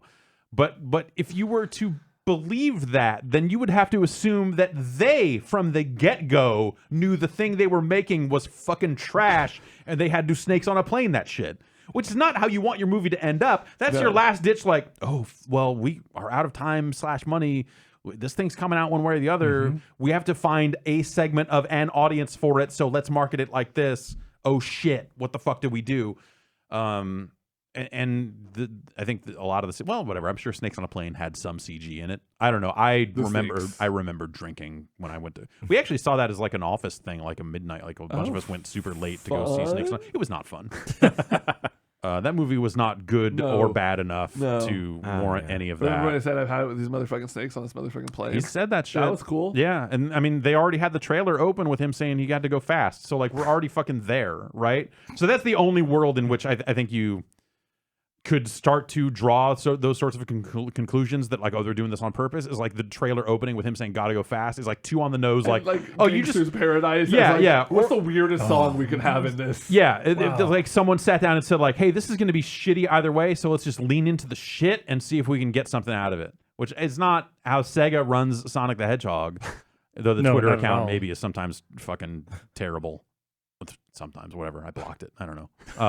And if that was their aim, what if it had backfired and then people actually liked the look of Sonic that was presented? Yeah. And like they have that like, oh shit, they like him. What do we do? And then they don't have like a fallback plan. I don't know. The whole So I think it's asking a lot of like how Hollywood works to assume that they would try to be doing some kind of backdoor fucking actually savvy thing. Oh, you want to spend how many millions exactly. on a gag? Oh, sure. Sure, yeah. No, that's what we do now. Let's fucking okay. Burning money. Yeah, I do, but yeah. Memes are hot, so we decided to make it bad on purpose because we figured that would maximize the fucking Vine potential. Vine's still a thing, right? Vine 2? Did that Vine happen? 2, yeah. I think it's on hold. In Sonic it will. If they were really on the ball, they would, in however many weeks, months, whatever, once they're done with the redesign, they like say, okay, we have it. We're dropping the new trailer. It's new Sonic. Get ready. And like it's just black screen, and then you hear the like sound, and running onto the screen is like the Sonic ass Sonic, the little cartoon. Yeah. But like fully realized in 3D, and then everyone freaks out, and he wags his finger or something and runs through, and then the real Sonic comes out. The real Sonic comes out. And Just now like he's voiced by E40. And he just says, ooh. Ooh, Big the Cat as E40 though? Yeah. Sure. I'm down. I'm back on board. Yeah. That's a real mess. Yeah. I think we kind of... Those poor animators. Yeah. Maybe the model's already done for the other Sonic, and it's just, we're going to import good model .ping. Oh, I'm sure that's all it takes. Yeah. And they just do a find and just replace. open up Blender. Yeah. But weirdly enough, it's just a series of pings. Fucking, I don't know, man. It seemed like a bad idea out of the gate. Yes. Like, hey, we're gonna make a Sonic the Hedgehog movie. I'm like, nah, maybe don't. I say that about all these video game like adaptations and such. Right. Yeah. I don't know. They're gonna get made. They're gonna. I used to feel this obligation to see all of them. Yeah. Sure. Because you're in that field. Yeah. Yeah, I suppose. And also, I used to be able to see movies like early for free on the regular. Sure. So it was like, oh, I'm going to go see the Tomb Raider movie a couple days before it's like I went and saw the first Pokemon movie that hit the U.S. like 3 days before it was out, just at like an employee screening because I felt this obligation. Did you cry? And no. Oh, okay. It was like perfect driving stuff because I paid like $6.50 or something for a ticket, and I get to see 2 movies. Like I feel good about paying like $3.50 for seeing Sonic. I'll go do that, and my kid will be happy for an hour and a half or whatever. What if he's terrified? What if he like? Oh no! What if like? It's like, why doesn't the Sonic have teeth?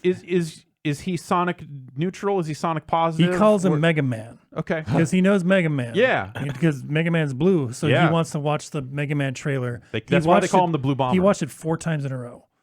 Okay. So he's into it. All right. Teeth or not. Yeah. He's invested now. I could see Jim Carrey playing a Dr. Wily. Yeah. I think that would work. More so than Robotnik. Yeah. Yeah. I mean, you just make the mustache white. Yeah. True. Why is Sonic an alien? I want Sonic was always an alien. He was Come never on, from Earth. just make him from a different dimension or on something Sam like that. Elliott Like, as Dr. Wily. Yeah. I don't know enough about wanna, Mobius. I don't want to know anything about spaceships and Sonic. That Well, you doesn't. shouldn't play Sonic Adventure then. Yeah, probably not. Sam Elliott Also, you shouldn't play Sonic Adventure. Right. Dr. Light for Sam Elliott. Come on. Okay, He's sure. too. I mean, he's Yeah. fine. I'm not saying Jim Carrey is like the ideal Sonic. choice for Dr. Wily. I'm saying you could do it. Yeah, oh, yeah. Jim Carrey can do anything. He's like Edward Norton that way. That guy. Man.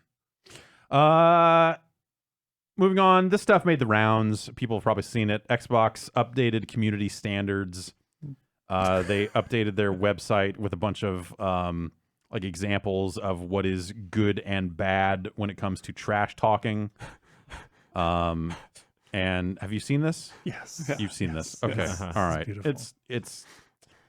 But it's like it is actually this huge document that has a lot of stuff on it. Guideline trash talk. And so yes, they have their acceptable trash talk and going to like here's and Break these me are all off just some. examples here. I just pwned you in your warthog. There you in go. Halo. That would be acceptable if you were to Great. say that. If you were to say, "Hey, sexual threat, I just pwned you in your warthog," that would be bad. Okay, let me try do it. that. Let me try another one.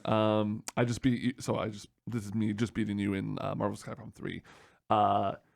I respectfully request that you and your loved ones get down on your knees and kiss my ass because I owned you so hard that you wish you were never born.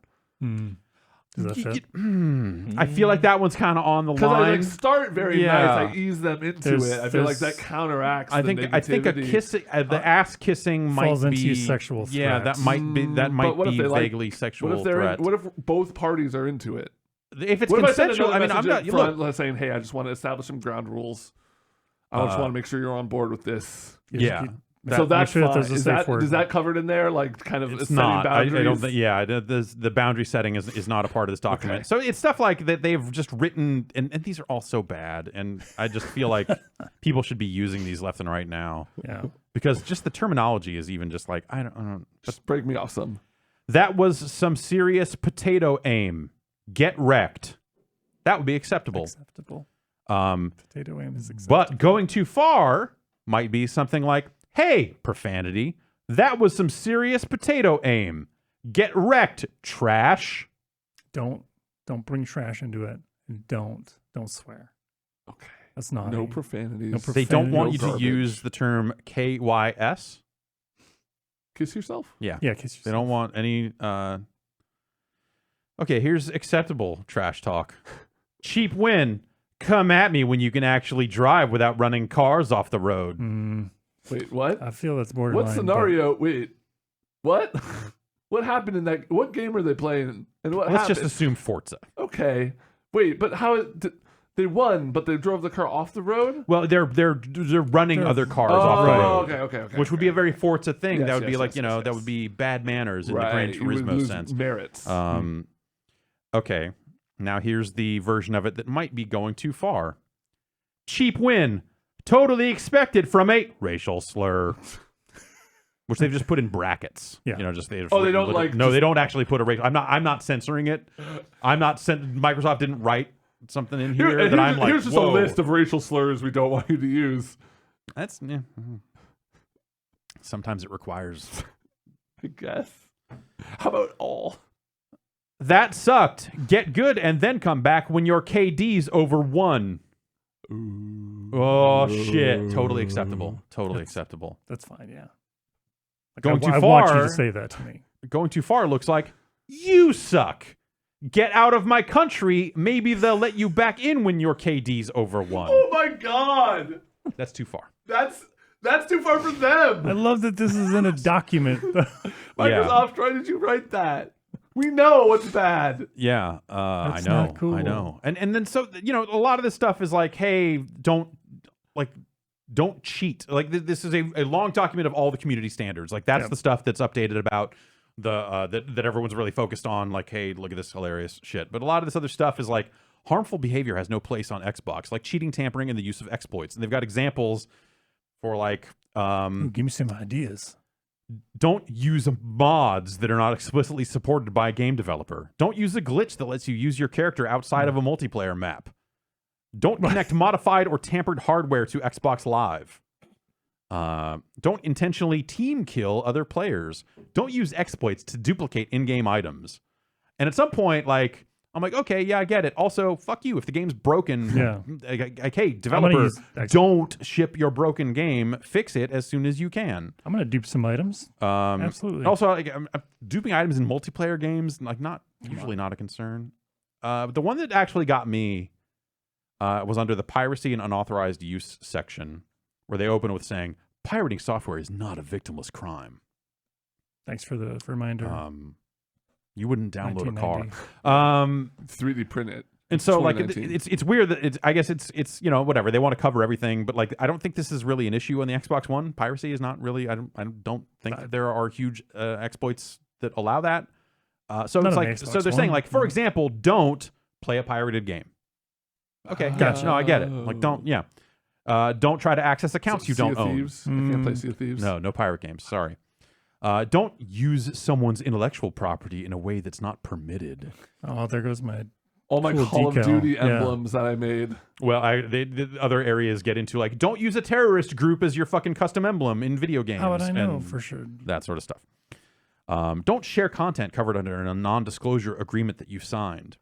That happens a lot. Yeah. I mean, these days it does happen more and more with all the way the closed betas and all this other stuff. Like that's not an uncommon scenario these days. But like signed NDAs, normal consumers. Well, it's like digital signature type stuff.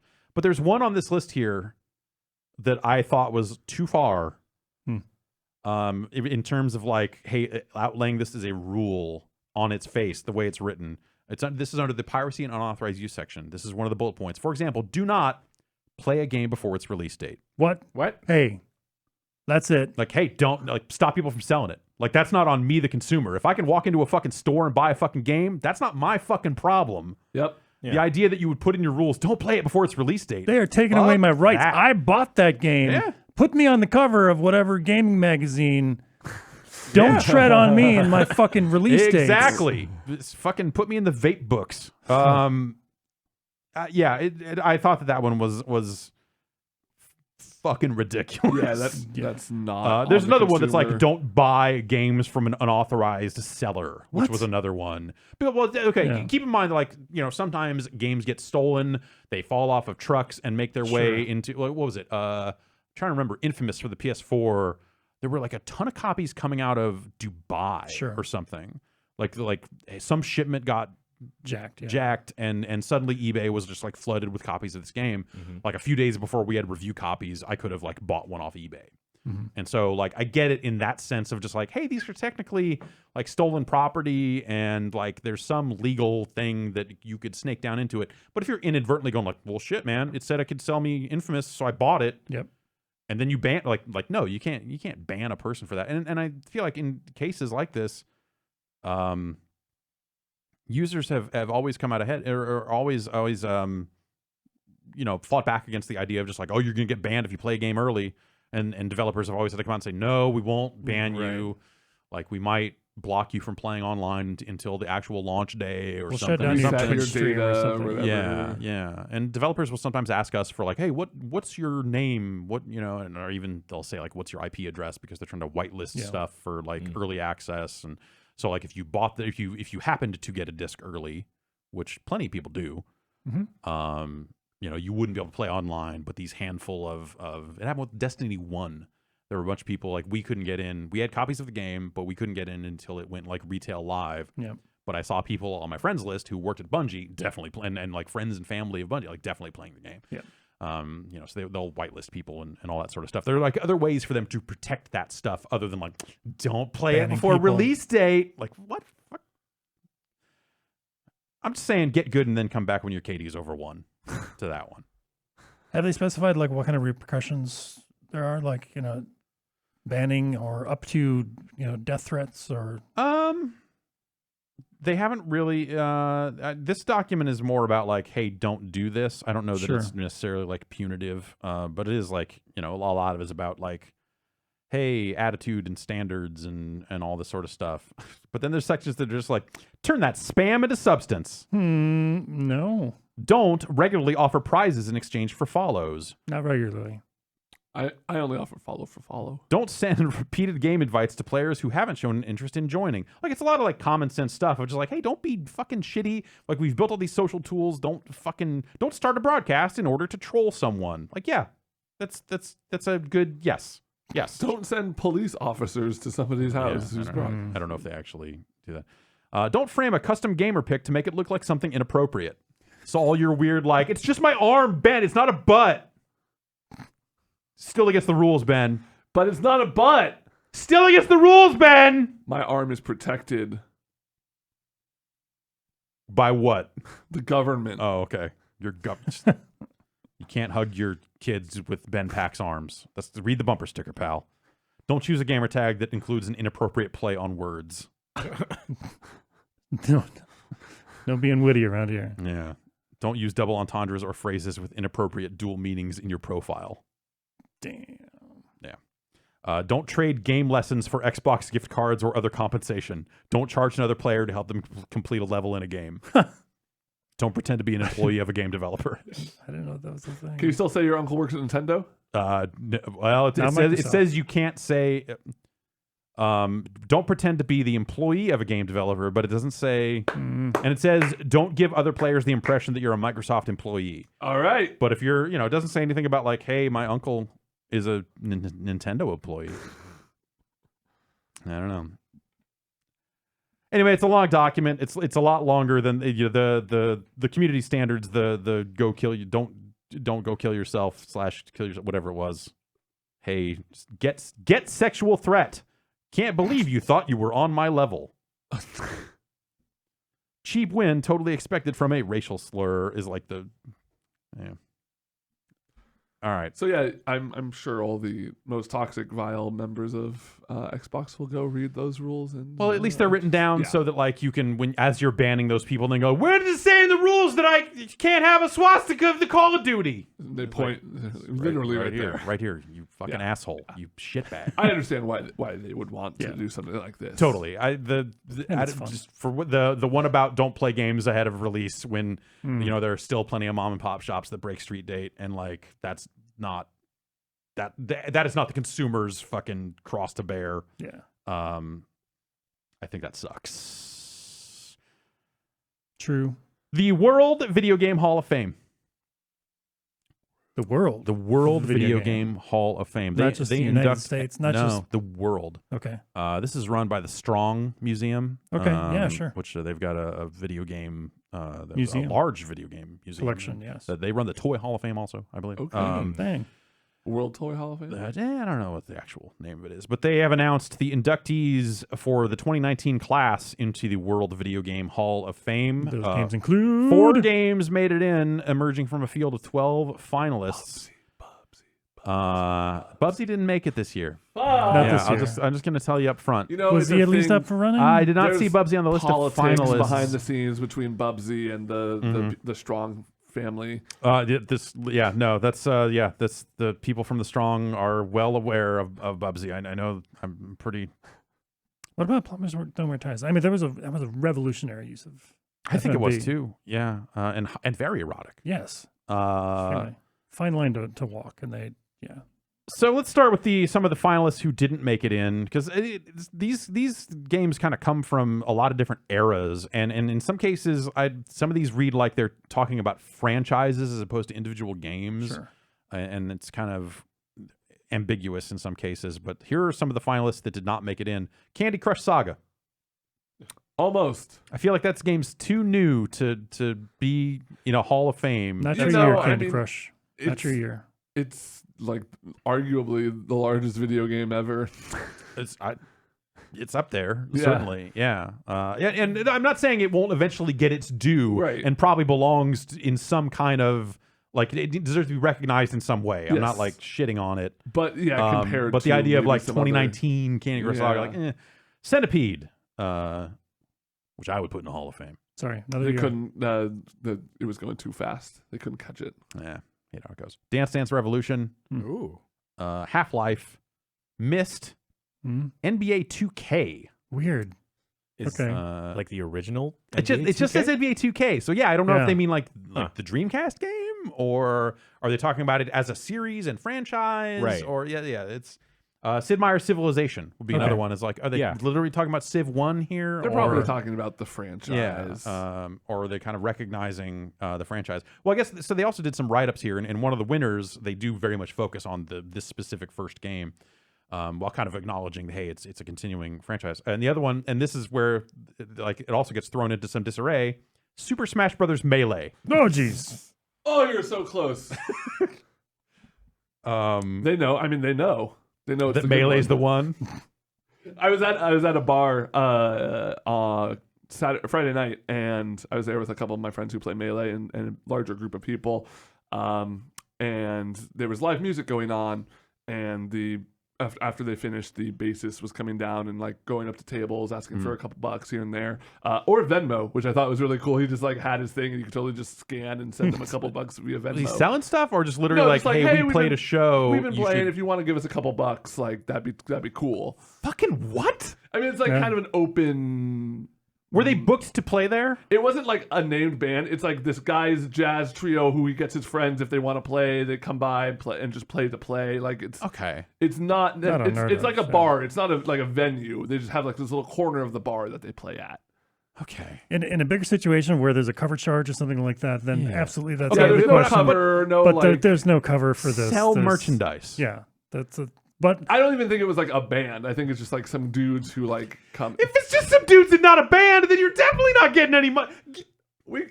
They played for hours, and we gave them a couple bucks. I played on stages for shows where people had to pay to get in and got paid in beer. If that sometimes. I mean, I don't want to cast aspersions on those guys, but I'm sure We they had would have flyers. I'm sure they would have taken beer too. Yeah, well, yeah. But anyways, the topic of Smash came up for some reason, and my friends asked the guy, "Oh, do you play?" And he goes, "I play the only one that matters, Nintendo 64." And then walked away. And we just started laughing so hard. And then you Venmo'd him like $1,000. Yeah. Go ahead. Just have a jar. Right. Yeah. Totally. Yeah. Just have a jar, Well, and then print a sign that and then says like, we're "Here's our done, Venmo they thing." made the round I feel like making the rounds is real. I think it's also Man. because we were there for like hours, and they knew we were there for the whole time, and it was just like, "Hey, you guys must have really enjoyed the music. Do you want to kick us a couple bucks?" Like, I feel like the only way to do that is to like go full pressure situation and be like the band that walks up to tables and just like, "Would you like to dedicate a song to the lady?" Oh, yeah. And then you are like Or obligated like to pay mariachi them. bands will play Totally, in taquerias, right, yes. and you know. Like that sort of stuff where you're like making it fucking like, we are an obstruction to your dinner here. Play has to go away. Yeah, and like that makes a lot of sense to me. Oh my god, are mariachi bands like the ads you have to wait to skip? Yeah, it's the Shit. unskippable. You can skip it, but for a fee. For a penny. Damn. Oh, that's how Always they should pay do the mariachi That's how band. they should do ads now. You can skip them for a penny. You just stand up and shout McDonald's and everything is no matter what. If they were Product is. regularly saying like, "Hey, if you like us, we got a tip jar. We also have our Venmo up here," like that'd be fine. Didn't Totally, say that like from once. the stage, absolutely. Yeah. Like, hey, here's what we're I don't doing. understand why. It's just weird, like a band member not pandering, but like going Busking, around. like yeah, it's literally, and sure that's. I think that's fine in certain situations, but like inside a private establishment, at some point, like the owner of the place said it's okay for them to play there, and like I think that's a weird. I think that's super weird. Huh. I just feel like there would As have been someone like, who has been in a band and all that and played in bars Yeah. and done all that sort of stuff, like no, at most we were like, hey, we're selling CDs if you want them, and we got T-shirts. I'm not saying it's tasteful. by any means. No, my band was not tasteful at all. The opposite of. But I don't think it's unheard of to ask for tips like that. Yeah. Like in that fashion, maybe not. But it's just. Did you ever wear socks and sandals on stage? No. Then you were more tasteful than this band. All right, great. Though once we did come out in orange jumpsuits, like we were escaping jail. hell yeah, Because hip hop. Fucking lily white idiots. It was a fucking different time. So Melee almost made it. All right. They Yeah, only Melee didn't make it because in. of the crab thing. Here's the 4 games that made it in. Colossal Cave Adventure, which is like an early text adventure. yeah. Super Mario Kart. Yeah. Yeah. That belongs in a Hall of Fame. I don't. Is this an inaugural year? No. They've Okay, been I'm doing like, this for a while. all right. They've been at it I for some figured. time. Yeah. Microsoft Solitaire. Yeah. I played some of Totally. that. Absolutely. One of the most played video games of the non-modern era, I guess. The before Minesweeper, phones. but- Yeah. Well, look, those cards they go. Did they They flip do back? Oh fucking my go. god. The different skins. The robot one was the only one. I as like far as I'm the concerned. Spooky Castle. Spooky Castle. Gross. What? Yuck. What? There was an island one, right? Like a palm tree. Yeah, I think it was a palm Okay, tree. Yeah, there we go. And the fourth one, Mortal Kombat. Which Like one? one or just Like the write up is really kind of focused on like, hey, digitized actors Yep. and the establishment of the ESRB. Oh Yep. yeah, and, sure. and kind of it's how it was part of this kind of landmark moment in video It's games. a big deal. Yeah. Like how Gremlins on a 2 lot of will fronts. always be immortalized for introducing PG-13. Yeah. I never saw Gremlins 2. The only part of Gremlins 2 I saw was when I was at a drive-in seeing Back to the Future 3 and turned around and saw Hulk Hogan up on a screen. Oh. Because I think he's in Gremlins 2 for a little bit. Yeah. I was like, Him and Leonard Maltin, I I think, is don't also in know. it. Yeah. That's all I know about Gremlins 2. And that's all I know about the Strong's Video Game Hall of Fame. Congratulations to the winners. Yeah. It got me thinking, and I guess we kind of have done this in various forms, but it got me thinking, like, man, fuck that. Start my own Hall of Fame. Yeah. dude. Like, Why not? Fucking like Pete, And then we like put Pete Super Nice Smash from Brothers third Melee base. in there day one, baby. Woo! It's not my Hall of Fame. Bill Not my Beer's Hall of Fame. combat basketball. That's right. Okay. Yeah. All right. Yeah. All the hits. Arch rivals. Yep. Just only combat basketball games. Yeah, basketball games with no The Looney rules. Tunes Super Nintendo game. Space Jam for Saturn. All that shit, y'all. EA That fighting Access. game we played. EA Access is coming to the PlayStation 4 in July. Great. Another service for me to forget to cancel. Yeah. Well, in this case, it's the same service, but Yep. you can pay for it twice. I don't think they're combining memberships like, hey, your Probably Xbox benefits carry over here. I can't Right. imagine they would do that. Yeah, I remember with I was trying to get Anthem or something like that, and yeah, it's completely separate from like the PC to the Xbox. And Right. it's- Yeah. Wow. All right. That's $5 a month, 30 a year. And yeah, if you remember when EA Access first rolled out on the Xbox, Sony basically was like, "Nah, we ain't allowing that." And their quote that they gave out at the time was like, "We don't think it is a good value proposition for the PlayStation audience." They were just kind of like throwing shade at us, like, Yeah. "No, what the fuck?" I think at the time, even I was like, "Yeah, this seems like a bad deal." Now, this many years into the generation, the number of games you get, though, I Yeah, guess, for quite a bit. And Yeah, it's but it's nice like- getting early access stuff and but the backwards compatibility bit on the Xbox One means that you had to get a lot of Oh. 360 games there that I can't imagine you would get on the PS4 version of the service. yeah, I wonder. Because it's not like PS3 games just run on a PS4. Totally. Uh, I've tried. Just keep sticking the disc in. Something will happen someday. Every firmware update, just put it in. Maybe they Yep, put it in this maybe one. maybe this is the one. Security features. I remember Those things were talking to EA people years ago and about crazy ideas, and they were like, "Well, what if you just bought a game once and it ran everywhere?" What? And it was like, if? "That's not going to happen." And this seems like the steps they could take in that direction, even though the services aren't necessarily combined.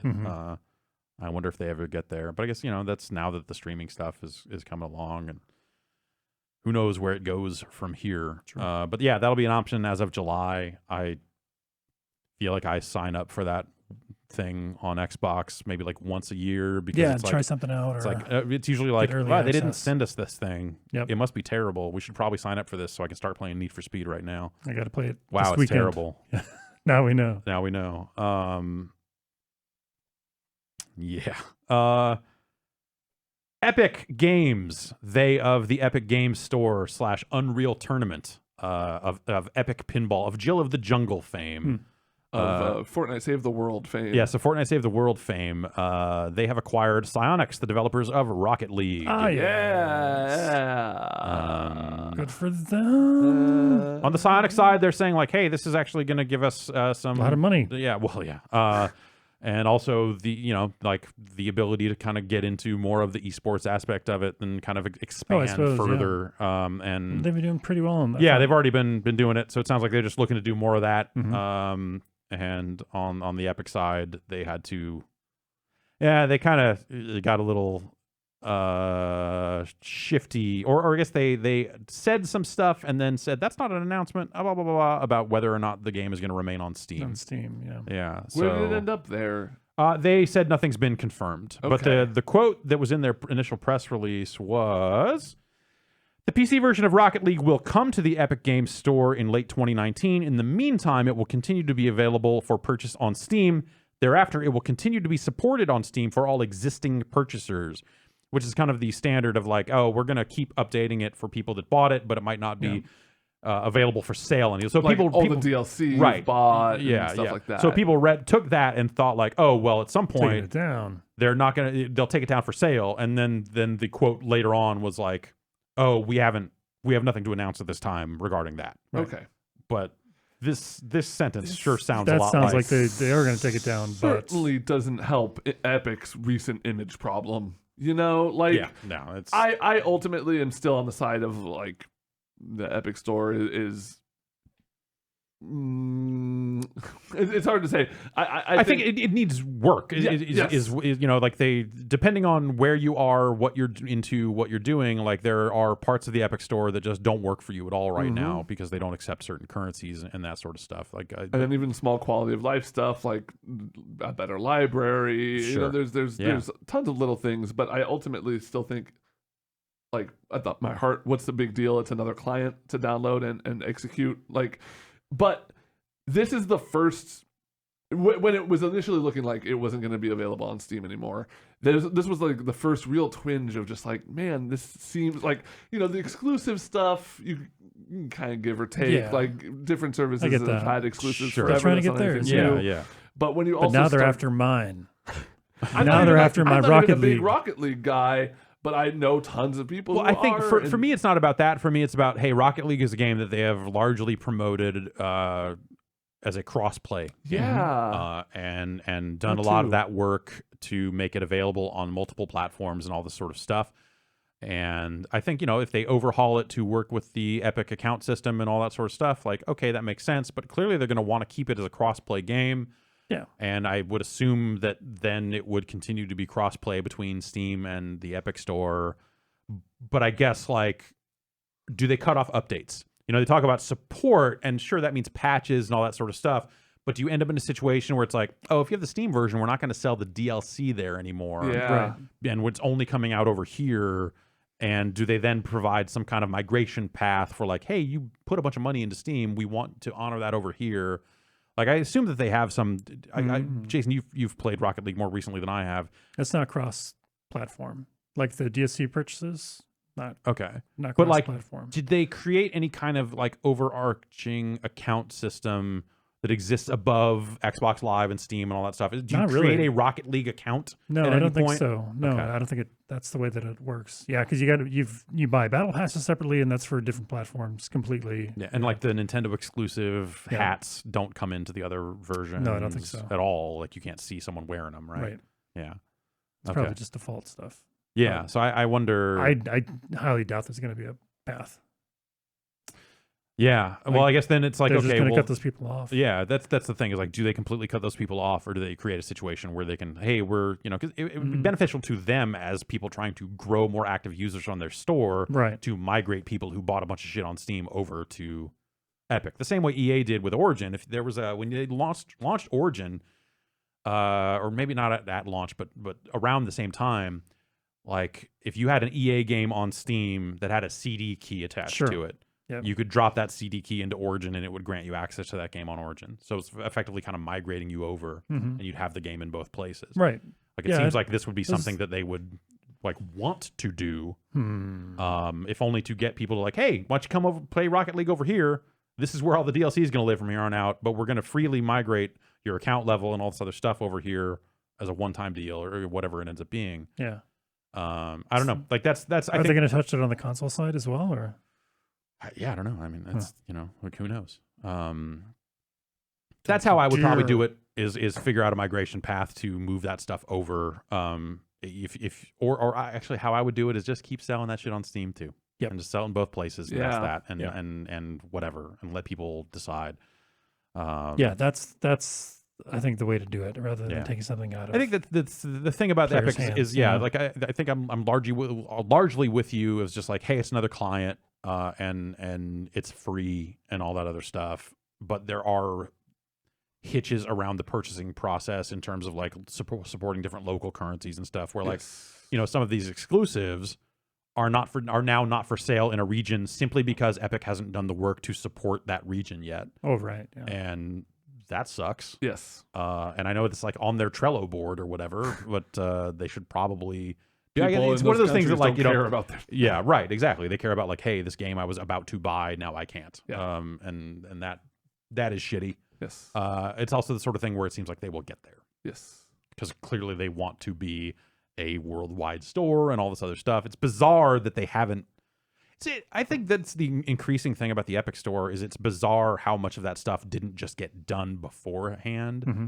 And maybe it's stuff that they didn't realize they needed until they were in it. But like that seems like a weird lack of foresight on their part. Yeah, I have Those to guys wonder like just about had that. like a jetpack on, and they've just been going with it. I They're on guess, this huge yeah. spending spree right now. Buying up Yeah. exclusives and companies now in this case. And there's probably not a lot of forethought that's gone into some of this stuff. Yeah. It's a weird one. But it seems like that's the sort of situation that's like temporary, and they'll get there because in the process of wanting to run a big store, of course, you eventually expand into all those regions. Like Yep. I don't, Right now, though, kind of suck ass. Valve has opened pre-orders for the Valve Index. This is their own VR headset that they posted a teaser page of a while back. Now they've got some specs and all this other stuff out there. If you want a full Vive Index pack, everything you'll need to hook a Vive Index up to a PC, What are we talking? $1,000. 100? What? 100 times- hundreds. 100 times 100? Well, No. How many? You will need $1,000? you will need 10 hundreds. 10 hundreds? Yeah. That's a lot. To That's more than the other ones. That's a lot more. Than the other ones. it's the Vive Pro. I want to say was more. Was it like 11 at a point? Anyway, Really? Okay. it is a lot of damn money. As we're talking about, like the Rift S still being like what 400, and the Oculus Quest, their handheld thing, or they're not handheld, their portable thing, being like $400. Mm-hmm. We're starting to see VR like diverge in a lot of ways in terms of like, hey, here's the affordable regular stuff for people, and then hey, you bought big into like running a location-based entertainment center where you rent VR headsets to people, get the enterprise grade crazy shit, spend $1,000 on this stuff. That cost comes down if you already own some of the Vive stuff. Oh, really? If you just want the Index, it works with the existing base stations that they sold, I guess, with the Vive Pro. Those maybe just those upgraded ones. I don't know if it works with the original like first run of base stations or not. I just don't know. So like if you just want the headset, if you've got controllers and all the other shit, that's $500. Okay. And if you just want the new, these are like the knuckle controllers that they've been, seen prototypes kicking around for a long time. 87 sensors in there. Yeah. Those are I think $280 for a set, and then base stations are the other piece. So you still need base stations and still need to create that rectangle. Yep. In your area, and all that sort of stuff. It's a lot of damn money. Yeah. And for that, you will get a headset that, it seems like it's a pretty good headset. I should hope so, Jeff. And I have not tried the controllers. I've heard mixed things from like, hey, all those points of articulation are really amazing. But I've seen some people say that they can't get down with it. It just doesn't feel right. It's also backwards compatible with games that support the existing like old Vive controllers and stuff. Sure. Like everything else. It has an experimental mode that'll run at 144 hertz Instead of 120 hertz is the default. Valve back in the hardware game. I Interesting. guess. It went so well for the Steam Link. Yeah. And Steam And the controller. Controller. Yeah. And all the Steam boxes. Yeah. I'd be down. I'm really interested in checking out some of the higher end headsets. I really would like to see an seeing it Oculus run. Quest. I'd really like to see like what the new low end looks like, and because that kind If of that's hands good free enough. the track. Like as I was saying, like hooking up my Rift again and putting those sensors up it was definitely a process of like, maybe I should get a Rift S. Like I understand the picture quality or the lens, the screens are not maybe as quite as crisp, Right. or whatever. That there's some kind of trade-offs, but the idea of inside-out tracking, That seems super cool. yeah, That's sounds very pretty attractive, good. yeah. And the Quest being portable and all that sort of stuff. Like I kind of want to see like, is it a real step up from the days of like, yo, I put a phone in front of my eyes and Right. lenses, you know, Yeah. like all that weird shit. But I have not seen a Mhm. Quest, so I don't know. Video game movies, they're back. Everyone's talking about them. I've heard. F. Gary Gray is developing guy. a Saints Row movie. He did Straight Outta Compton, among other things. Oh yeah. Yeah. Okay. The Fate of the Music Furious. videos and yes, Fate and the Furious, yes. Okay. Huh. Yeah. TLC's Waterfalls Yeah. music video. F. Gary Gray. Okay. Yeah. That dude has done some shit. Yeah, so I guess he is optioned and is developing a Saints Row film. I don't. Curious if this is going to be 2, 3, or 4 in tone, because those Right. are all Right. vastly Very different. Yeah, and you don't jump straight to 4. No. So I think I'd rule that out. But it's got to be goofy. I think you'd probably go around 3. somewhere around 3, right? 2.5. Yeah. But like, what is that? Is that just like, don't be a menace to drinking your juice in the hood? I can't I believe forgot the name of the drink. Yeah. Is it like a parody of like gang movies at that point? Because that's already been done so well in Don't Be a Yeah. Menace. Like the Fast and Furious movies, they eventually took a turn from Sure, I guess. being Yeah, like I mean, street racing. I guess so- that's like stupid over the top, but like self-serious, right? Like Okay. like they're not like looking at the camera going like, this is weird, right? right. Right. They're very much into it, and that's what makes them so great. Yes. Did you see? Oh. Did you see the Instagram that Vin Diesel put up? Oh no. Mm-mm. Is there more beef? It's no. It's like him incredibly serious, like just like, you know, sometimes, you know, Pablo up above looking out for me, doing all this stuff, brings someone into my life, and he just talks for like a minute, and then pans over, and John Cena's standing there, and you're like, man, is Whoa. that's right. Fuck The Rock, Yeah. Oh, turncoat shit. motherfucker. I want a guy that's about hustle, loyalty, and respect. Can't go on. John motherfucking Cena Yeah. All right. embodies that.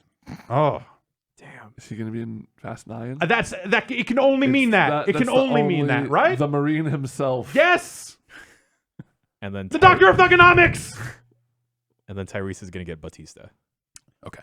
Yeah. That I can fuck with. Yeah, love it. The new Hobbs and Shaw trailer is really good. Didn't watch it. Really good. Roman Reigns does the ooh-ah thing. It's pretty cool. Idris Elba says, I'm motherfucking Black Superman. Oh, that does sound good. That does sound good. The Saints Row movie is apparently being this is from Deadline Hollywood.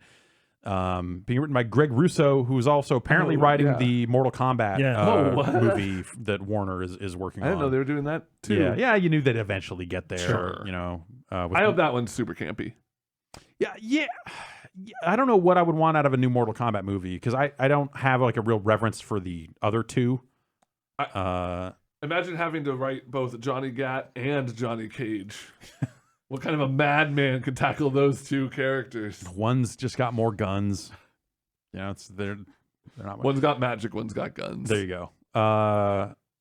Yeah, a Saints Row movie seems like a really weird one because Saints Row, it kind of just became such a outsized, over the top parody of. Well, I guess it started as kind of a parody of GTA and then just went so beyond that. Yeah, a little bit. Parody's even generous. It's more of a GTA knockoff at the beginning. Yeah, like 1 was a straight up GTA style game. Yeah. 2 was also that, but then like also you're in a poop truck. Right. Yeah. But like, you know, GTA was always like lightly comedic and satirical. Yeah. And it tried to do its stuff too. So that's not. Yeah. Also, that was in this story. F. Gary Gray also recently did a deal to develop and direct a Mask movie. Oh, hello. The like the Matt Tracker, cartoon. fucking the cartoon, Yeah. Masked Crusaders. fucking Rax Dagger and fucking Miles Mayhem and all that shit. Which Jim I forgot. Carrey. I forgot they were looking to do all that stuff. Yeah, Jim Carrey. Yeah, He was the green mask. Yeah, right? he put he shoots smoke out of it. No details on the tone of the Saints Row movie or anything like that. So That's what I really want to know. Yeah. Yeah, I feel like But as soon as there's a as soon as teaser we see or it, something that for trailer, it, we'll know if they nail it or Right. not. Yeah. I don't. My gut says they're not. Yeah, my My gut gut also says says it's going to be like a because I feel like Saints somewhat Row serious. is not.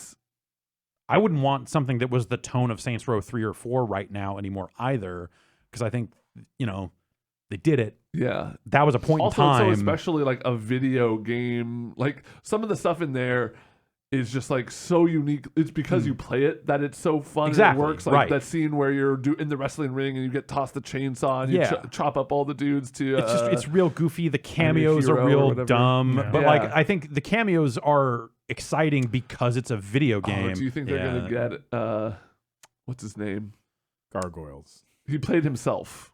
Well, Burt Burt Reynolds. Reynolds they will not get. No. Sadly. The president. Keith David. Yes. Yes, Keith David. I think they could Oh, yeah. definitely get a Keith David in this. and We could probably get a Keith David. yeah. Oh, we could. Okay. I You should. take that back. We could not get a Keith David. Damn it. We could get a We are David not. Keith. Yeah, we maybe. could get it. Yeah, we could almost definitely get it. I know a guy that could get us a David Keith, not the David Keith. No. Craig David, maybe? I would try to get Craig David, but he can't hear me. His headphones are too fucking big. One more news story. God, Still evolving news. every time dude's name comes up, it's like fucking just this vortex of shit. It's truly swirling remarkable. around. It's one of the of all the video game news stories that have happened in recent memory, there is not one that has felt this much like a very long car accident happening in slow motion. At some point, this starts to just read as like a cry for help or something. yeah, Like, I don't. I feel sad. Who are we talking about? Randy Pitchford, Yes. head of Gearbox, was recently on stage unveiling gameplay for Borderlands 3. They held an event down in L.A. This is the same Randy Pitchford that, recently had a lawsuit levied against him alleging by a longtime friend / former lawyer at the company that alleged all kinds of shit from $12 million that went over Taken to from a company pool and moved into private. and moved over to, as well as way more nefarious pedophilia allegations and stuff. Lost that USB drive and stuff. Yeah. There was all the squirt vids, Yes. to use the parlance of the times. Yeah. And also your favorite Steam tag. Yeah. That's. I'll go change. I'll change my Steam name to that. So the announcement of Borderlands 3 has been a thing that people have been looking forward to for some time, Sure. and the game looks like a follow up to Borderlands 2, Yes. and people seem excited about that aspect Probably a lot of this. of very talented and hardworking people working on it. Presumably, Yeah. it's out in September. It's we're getting close here, but man. Ooh. Every time they say anything about the game, it is then weighed down by more stuff. And so this recent run of stuff. What happened this time? So this all started. Andy McNamara, Game Informer, kind of got into it with Pitchford because Pitchford, I guess, got on stage and said the game was not going to have microtransactions. But And he said on stage, "There's not going to be any microtransactions. There's not going to be any of that nonsense." Now, Paul- you can interpret that a lot of different ways. You can. Paul Sage, creative director, said to Game Informer, "We're selling cosmetic items, that's but we're not going to nickel and dime players. DLC will come down the line, but the game won't have anything excessive." And so then Game Informer ran a story saying hey, despite Pitchford getting on stage and saying it's not going to have this stuff, it fully has this stuff. Which is important because it's very easy to get up there and be like, okay, what do gamers hate? Where our game has no microtransactions. Right. And then great that bullet carries point, that- great applause moment Hell right yeah, now people in on the Twitter modern and Reddit yeah. going wild. And you're like, oh, wait a minute. No, that's No, it actually that's like not literally accurate. Like, has and so then he small got on Twitter transactions. and was Oh, like, no. how the fuck could you do this to me writing this story? Literally saying Yeah. that. Seriously, like you done How me could you dirty. fuck me on this? How Yes, could you? how could you? Yes, how could you fuck me on this? Was the line, which is just Wow. that is up there with. First of all, Is Borderlands 3 the new This is Half-Life on 3? Twitter. This isn't like an email you send that's like, hey, I have an issue with this story. I was hoping like, maybe we could work on the work. Like, I have a statement that I'm going Yeah, to like, hope hey, I want you to your update this story. and and clarify. That happens all the time. Like, And so, like, from his point of view, it was like he was meaning like no loot boxes and bullshit like that. Yes. But of course, we're going to sell cosmetics. But like, you have to keep in mind, like the microtransaction has no like literally like one of the first microtransaction that people got mad about was Horse cosmetic horse armor. Yeah. Cosmetics. yes. It's just because microtransactions took loot boxes like cultural weight on its shoulders and became Yeah. like the word to describe loot boxes. No, because loot boxes is the word to describe loot boxes. The thing to say was like, specifically, but Yeah. I mean, when people now complain about microtransactions, odds are they're going to be complaining about a lot of things, but one of them is loot boxes, which is like kind of Right. the biggest and I'd say most offensive of that's the microtransactions. yeah, like that's the hot button, and it has been for some time. Yeah. Like that sort The of fucking stuff. government is getting involved in it. Yeah. And so just this weird back and forth That lasted days. Like of like, yeah, Did he lock himself in his office and just digging go in crazy responding with tweets? to the original people and then responding to just randos who were responding to him Whoa. and just like full meltdown May mode Yeah. got activated. and it was like, did you see some Game Informer readers are calling me a liar? It's like, well, I don't think I would not classify it as a lie so much as like this is a incorrect statement. Like you have misunderstood what microtransactions really are. Right. If that's how you want to build this, and if you take that, I just read one sentence of what he said on stage, but like the full context of it still does not like absolve this. And like, oh, I see what you mean now. It's like you can kind of infer and go like, oh, well, he kind of was talking about the loot box stuff ahead of this, so maybe he just, but like, no, microtransaction has a specified. pretty specific meaning. Yeah. It means a small amount of money paid for a thing in a game. And certainly he knows that they were going to be selling cosmetic I items. would hope so. Yeah. This is not semantics, right? Yeah. It is literally a microtransaction. You misspoke at Yes. best. Yes. So you'd think that would be it. Luckily, we surely. still got multiple weeks left of Meltdown May. Oh man. So let's see. There's been It kind of died down for a little bit. yeah. And then picked back up recently.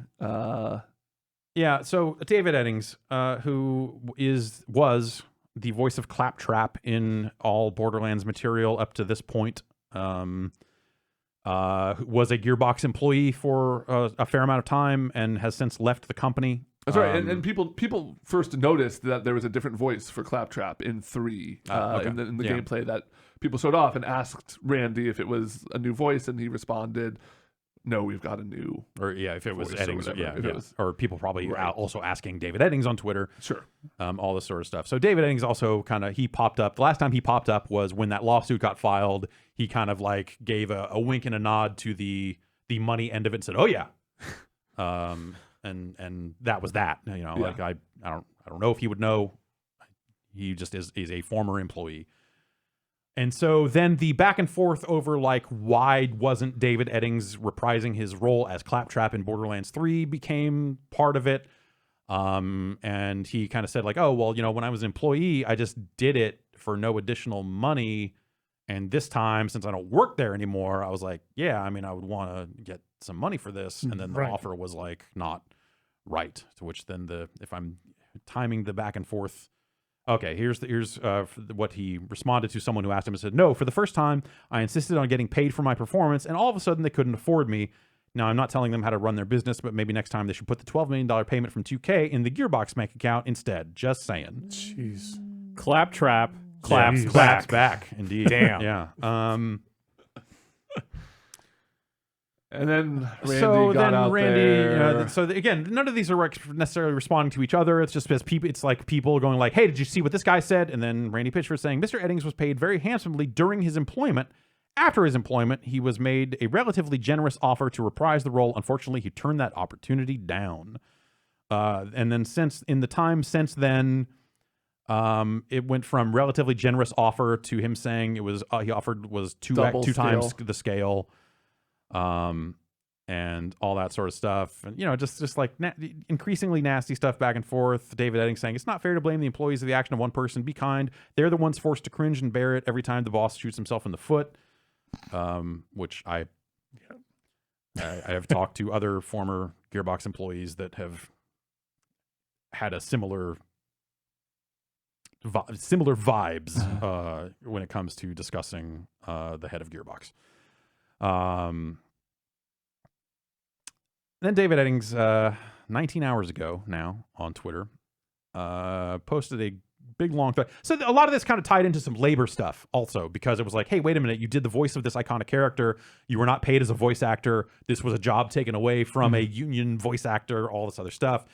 Meanwhile, they also announced some of the voice cast for Borderlands 3, and it includes people who are just Gearbox employees again. And so people are like, wait a minute here. This seems uncool.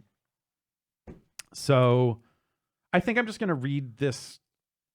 There's a couple tweets in a thread that started last night, correct? Yeah. This was 19 hours ago. Maybe I should just read this whole thing. This is a series of tweets. I was from David Eddings, former Gearbox employee, former voice of Claptrap. I was fine moving on after Gearbox, but when my former boss starts mouthing off about various aspects of my employment, including how highly compensated I was and how generous he is, he put quotes around that stuff, I feel obligated to correct the record. I had a lot of mixed feelings when asked to reprise my role of Claptrap late last year, and eventually realized I was willing to put differences aside and do something cool for Borderlands fans with my friends at Gearbox. I ultimately offered to do it for free in exchange for past royalties owed, plus an apology for something I've never spoken about publicly until now. Randy physically assaulted me in the lobby of the Marriott Marquis at GDC 2017. Jesus. Personally, I think Randy's been on tilt the last few years. He's not the victim he portrays himself to be. I blocked him a couple years ago for stalking me on social media. Enough is enough. It's nice not feeling the need to spot any sleight of hand these days or wonder if the card was chosen or forced. I'm happy to... I should point out Randy Pitchford is a known magician. Yes. I'm happy to be free from the half-truths and full-on deceptions and Known magician. And thankful to no longer hear people referred to as muggles like a con man refers to a mark. Oh, man. Can you imagine if your boss called you a muggle? Your boss that allegedly siphoned $12 million from your company into his personal account.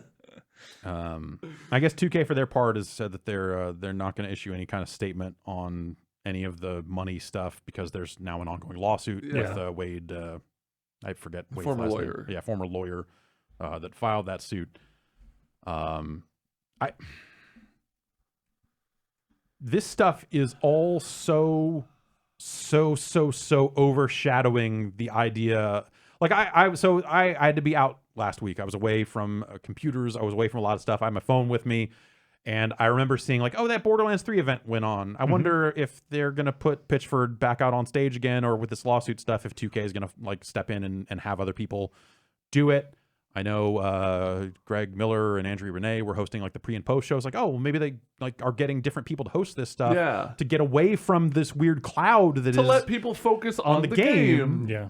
This product that these people have been working for years and years to bring us. And and so I opened up Twitter and like was smack dab in the middle of like, how could you fuck me like this? And I'm like, what is happening? How is this still happening?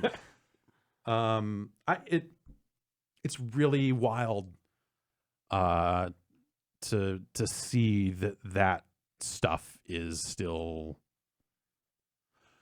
like 2K is a big company. I don't understand, and I'm sure usually that very tight-lipped about and I don't understand how they haven't like come, and I think some of it is they can't because of the way the Borderlands IP ownership is just, there's some aspect of this that they don't have the control over it that maybe they should, or I don't know the specifics of it. I'm just There might be part of them that don't want to antagonize him more because he seems like off tilt, right? And he seems like he's trying to be playing the victim, and any other slight from any other company is going to just send him off into like another tirade.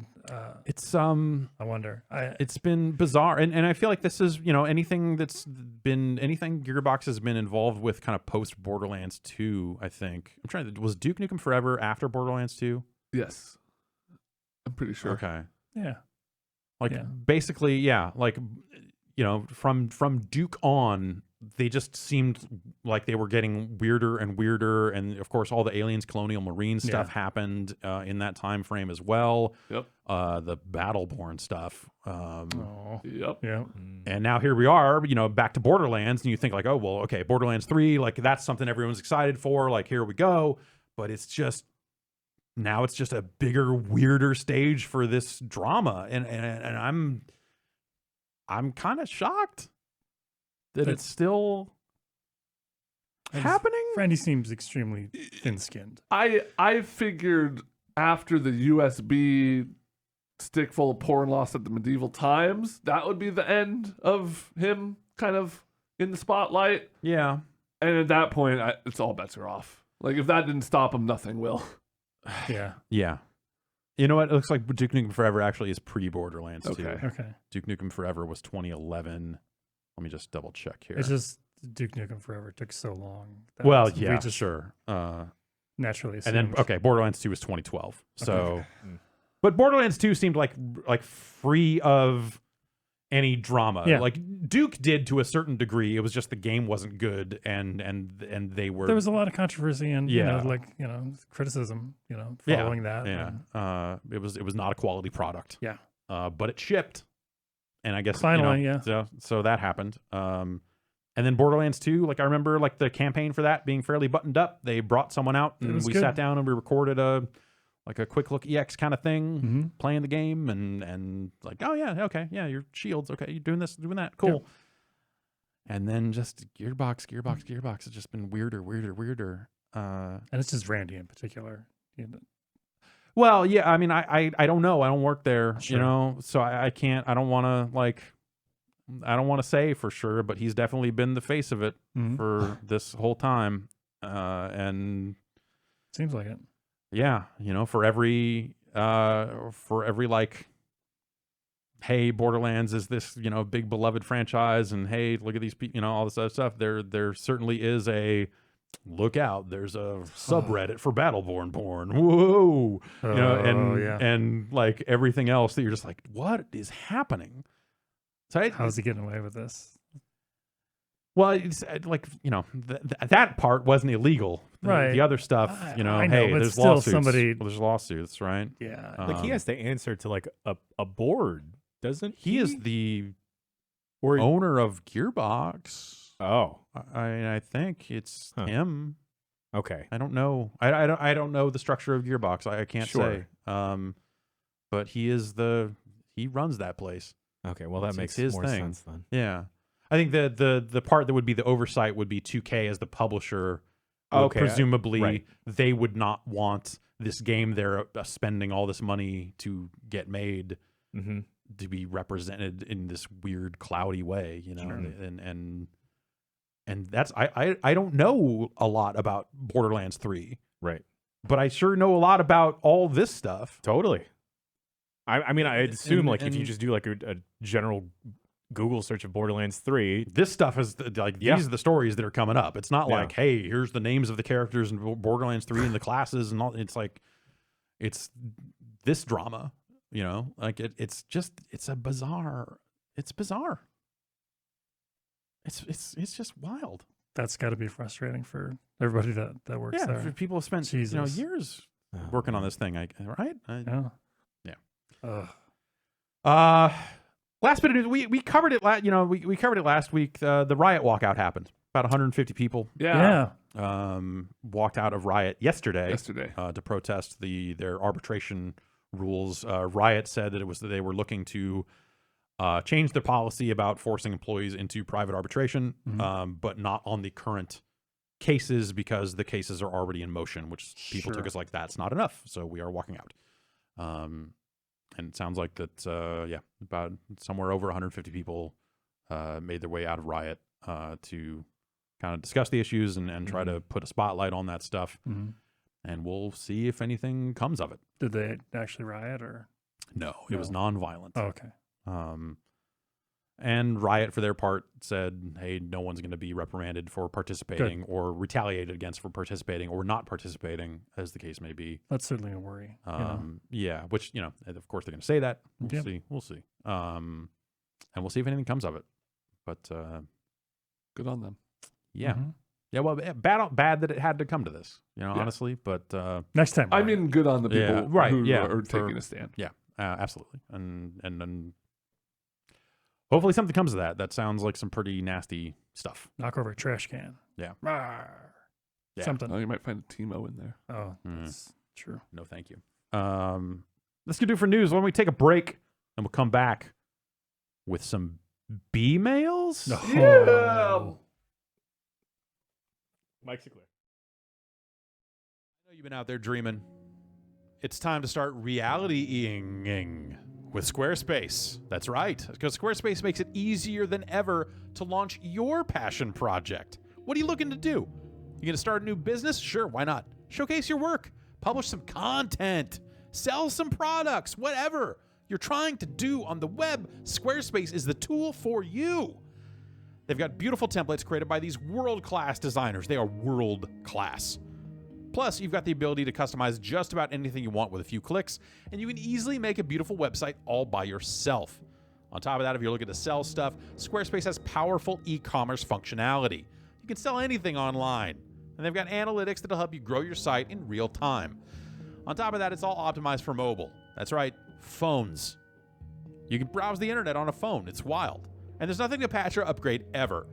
Buying domains is simple, and you get the help you need with Squarespace's 24/7 award-winning customer support. Squarespace empowers millions of people, designers, lawyers, artists, even restaurants and gyms. That's right, restaurants, gyms. I mean, I assume the people that are inside of the restaurant and the gym. Those are the people that are getting empowered by Squarespace to turn their great ideas into something real. Head over to squarespace.com/bombcast to get a free trial right now. And when you're ready to launch, use the offer code BOMBCAST and you'll save 10% off your first purchase of a website or domain. That's squarespace.com/bombcast, offer code BOMBCAST.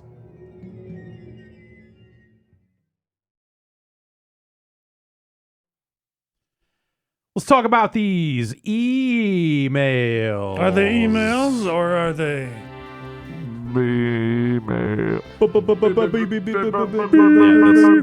I feel like, Hit it, Jan. yeah. Oh, I was like, That's- yeah, yeah, sure. emails. No, they started with I was me, thinking but like the drops. You now know, it's we a got all B. those like cool sound effects and stuff that we never got. to- Where'd you find this one? Yeah, that's good. Yeah. I got emails this week. Brad's out, and let's just jump right in. This one it comes in from Jack. He says, "Hey bombers, what are some video game tips everyone should know? Here are some: aim the bazooka at their feet. Brake before you hit the turn. Always run with Mario. What are your best video game tips? Save early, save often. Save early, save often. Always look behind waterfalls. Practice your low forward into fireball. Yeah, Jan? If you have multiple save slots, make sure your main one isn't the very first one. Ooh, that's a good one. Yeah. We were talking pre-show about the long gone days of Oh, like yes. Blockbuster going in and renting and having to choose which save file you were going to delete. Oh, yeah. Yeah. Because like sometimes, I mean, I personally remember renting a game and having to return it, but not being done, and just like hoping I could A, get it the again. same cart, Yeah. and B, not have that save file deleted. Any more generic video game tips? Oh, I don't know, man. I'm not on the tip team anymore. Use the boost to get through. Yeah. Rip the link cable out when you're trading Pokemon. What does Yeah. that do?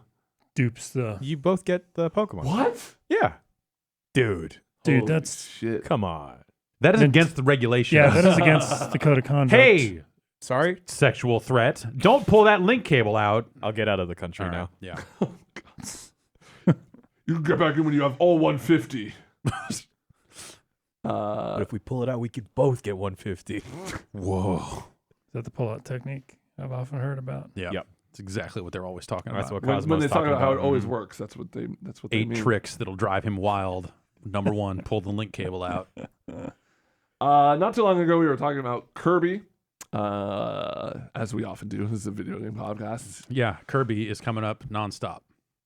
This comes in from Kestrel. Curse word. Kestrel from Michigan. Hello, everyone. Last week, you joked about incinerating Kirby, I guess, which got me That was looking no up joke. exactly what Kirby was made out of. What I found was horrifying, in fact. I found an article about Kirby's feet. Thanks to a terrible meme about Kirby's feet Go from on. last year, Mm-hmm. Kotaku asked Shinya Kumazaki, chief operator of HAL Lab, about what Kirby's feet looks like. His response was, quote, "I couldn't help laughing a bit, but I'm afraid the mysterious composition of Kirby's body is top secret. What the hell are we even supposed to do with this information? What does it mean that Kirby's composition is top secret?" Top secret. He's made of marshmallow, I think. Is that a secret? That's why we That's not a why we secret. were talking about burning him last week. Oh, and sticking them in like in roasting between a him like couple marshmallows graham and- crackers. Yeah. Mm. Yeah. I think. Do you think Kirby would be the most delicious video game character to eat? It depends who Number he one. eats first. Yeah, I guess. He Yeah. eats like some Wagyu beef. Oh, okay. What about Mr. Hot Dog from Burger Time? He's got legs. I don't want to eat hot dog legs. What about Oh, Mr. Egg? Yeah. He's got Throw some same pepper on thing. that bad boy. And Same Mr. deal. Before you get there, even Mr. Pickle has legs. I don't want Mr. Pickle. I don't That like I pickles. would eat. Yeah. What do you think Kirby's Legs made are no of? legs. And why Shoot. can't we, the public, know? I think it's like a cotton candy flavored marshmallow. Yeah. Okay, that would explain the pink and the shape. Yeah. But I feel like I've seen Kirby like inflate. You can inflate a marshmallow. What am I thinking? Yeah, You guys ever do that game where you stick 2 peeps in a microwave and you put a toothpick in the front of each one and you just okay, so you set 2 peeps equidistant facing each other away in a microwave. Mm-hmm. You stick a toothpick in the front of each of them and you like set the microwave to I don't know, a minute or 2 Okay. and they both start That's to way too long. expand and it's peep dueling and one of them Yep. will end up popping the other one first. Really? And that's your that winner. sounds And then you got to amazing. clean up the microwave, so you really only Yeah. like do it once Yeah. when you're in middle school and Makes your it camp not- counselor tells you about it. But if you just set them on a CD for extra, You wrap like, them in sizzle, aluminum yeah. for armor. Then it's like the like Mortal Kombat fireworks in tower. there. It's like whoever's standing on the CD is going to take extra damage. All right, let's get another email here. This one comes in from Steve in the United Kingdom. Old UK Steve. Steve says, "Hello, governors." That's made up. In Bombcast 579, Jan mentioned spending his first paycheck on a copy of Space Jam and some Thin Mints. Can you remember what the first non-essential thing that you spent your hard-earned wages on was? As a teenager, I did some part-time work in a news group and remembered that buying a VHS copy of Die Hard 2. No regrets. First job was at Like, EB. yeah, So I either bought like a game or magic cards. okay. Probably magic cards. I might have bought some rap tapes. So I got a discount. Yeah, Yeah. Like Ice-T's Freedom of Speech. that's pretty good. That's a pretty good first Somewhere- purchase. somewhere around there. I mean, Yeah. that's, I was buying stuff before that, but I'm trying to think like from when I What had like a specifically summer you're like, job. I'm gonna save up and get it. Yeah. Like I've got income Yeah. now. Rap tapes. My grandma It was around the cheated time I was on buying a lot of rap tapes. like an Easter coloring thing, and they had different age groups, and I think she entered both me and my brother, but she did the coloring and they were both fantastic. So we won like gift cards at Kmart or something like that, and I think I got a Motley Crue album. Oh, nice. Yeah. Yeah, mine was definitely a lot No, it of was Poison. albums. It was Poison. Oh, okay, all right. It was the thing back then. Yeah, yeah, big hair. Yeah. Mhm. Those ladies were pretty. I got the Pokemon soundtrack, which was pretty baller. Like you guys ever build with those like marble mazes where you like drop a marble and they go down and Sure. you like tower them up? Oh my god, that was the shit. I was obsessed with those. Okay. I was like Marble 11 mazes. or whatever, and I was just That like, sounds awesome. Yeah, I'm not they're even like sure what you're talking towers. about. They're kind of like Lego, where you can kind of Okay. interconnect them, but they're like you build up towers and you kind of build a descending little thing, and you're supposed to draw. You could like do jumps and Okay. loop the loops That and does all sound sorts good. of stuff. They still make those, or what do you? Well, if you save up some money, maybe I can make something Okay. happen. All right. Okay. I keep thinking about buying Capsella. What is that? It was know like what these it is. these little capsules, and each one Okay. had a different. There were some that were like little pontoons for floating, but it was basically like a little capsule that had connectors on each side of the sphere. Okay. So and you would connect them wooden together. Some of them dowels? No, well, sometimes there would be little crankshafts inside of them because you would Okay. have one that was like one that was a motor, and then you would hook the Yep. battery capsule up to the motor, and then it would spin this thing. So you'd hook it up to that, and eventually hook it up to a fan, and then put pontoons on the bottom of it and put it in the bathtub, and the fan would blow it around and all that sort of stuff. Sounds familiar. Yeah. And I don't know why your marble maze thing reminded me of that, but they renamed it and reissued it or something. They lost the name Capsella, I think, but I Bummer. am always thinking about buying a bunch of those, and I don't know why. I don't have a bathtub. For fun time in the bathtub. I don't have a bathtub right now. You don't own right now. Yeah, we renovated. We redid one of the bathroom. We redid the bathroom that had the bathtub in it and took the bathtub out, and I think we're gonna redo the other bathroom one of these days and put put a it in. bathtub in. Yeah, you should. You're gonna need one at some point. Yeah. Everyone needs a bathtub. Yeah. Always. Next email comes in from they don't say. Okay.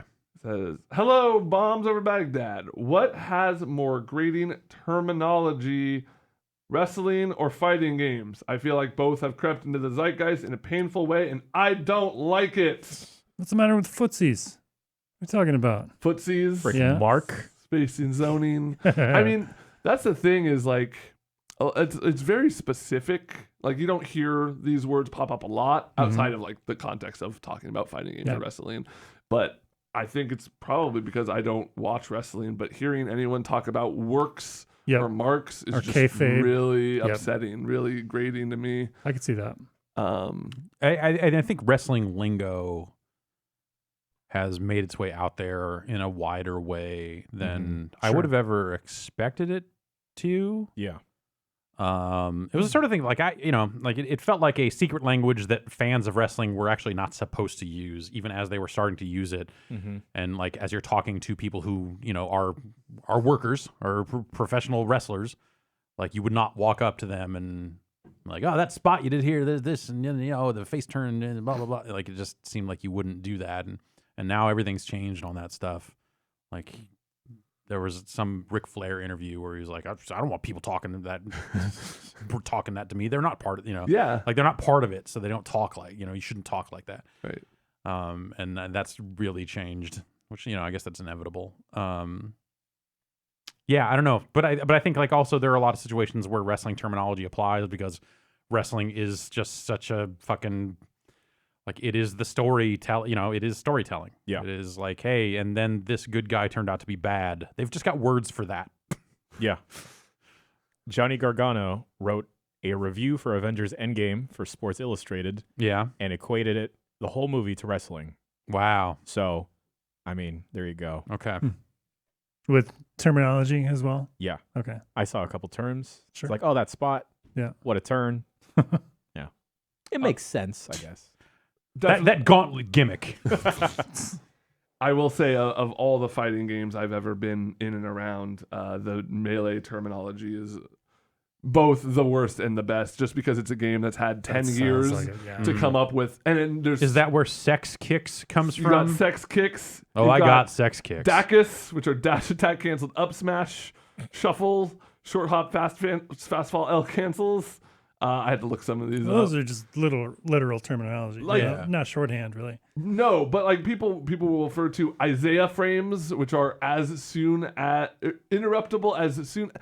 It's impossible. It's like if you wanted to start watching it now, you would think they were speaking another language, like on commentary. It's go watch that video we did last year for Game of the Year. I tried to drop as many as I could in there.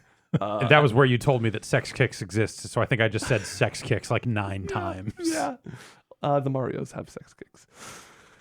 An electronic mail for Ben, mostly, is the name of this subject line of this email. Little did Ash know I'd be the one choosing this week, so extra odds in there. Hey, everyone. Thought that you all, and especially Ben, might enjoy this. Earlier in the year, my friend had a Bucks weekend. As one of the groomsmen, I assume it's like a bachelor party thing. As one of the groomsmen, I took it Bucks upon weekend? myself. Going He's stag? from They're They're having a Australia. super kick party. Oh yeah. Okay, all right, I get it. Okay. He's from Australia, so I guess this is down there. But I took it upon myself to create a fresh drinking game that would spice up engagement for the whole weekend. Spiced up a little bit. I told the story of hand check to my friends and made up the following rules for a hand check game as follows. Now, a hand check is something we talked about at anime cons and the after dark hentai viewing rooms where they will periodically yell hand check to It's make not sure. even after dark. It's Yeah. during the middle of the day. Sometimes it's It gets after dark early at the anime convention. like, Sure. usually when the doors open. Well, here's the game. One person can yell hand check at any moment. Everyone has to stop what they're doing immediately, put whatever is in their hands down on whatever surface is available, and put their hands in the air. The last person to put their hands in the air is the loser, or as I put, quote, caught jacking it, unquote, and has to finish their drink as fast as they can. To make it fair, only the person, quote, caught jacking it can yell hand check next. It was a fun drinking game to throw into the chaos of a party weekend, and I also told them the story. I told them the story came from, quote, my friend Ben, so I didn't have to explain that I learned it from a podcast. Yeah. Totally acceptable. Yeah, definitely. That sounds like a good time. If you ever come up with any other giant bomb inspired drinking games, we'd love to hear about them. As long as you're above Drink responsibly. you're drinking responsible and you are above the legal limit. Yeah. Sorry, our lawyer just walked into the room and Yeah. gave me one of these.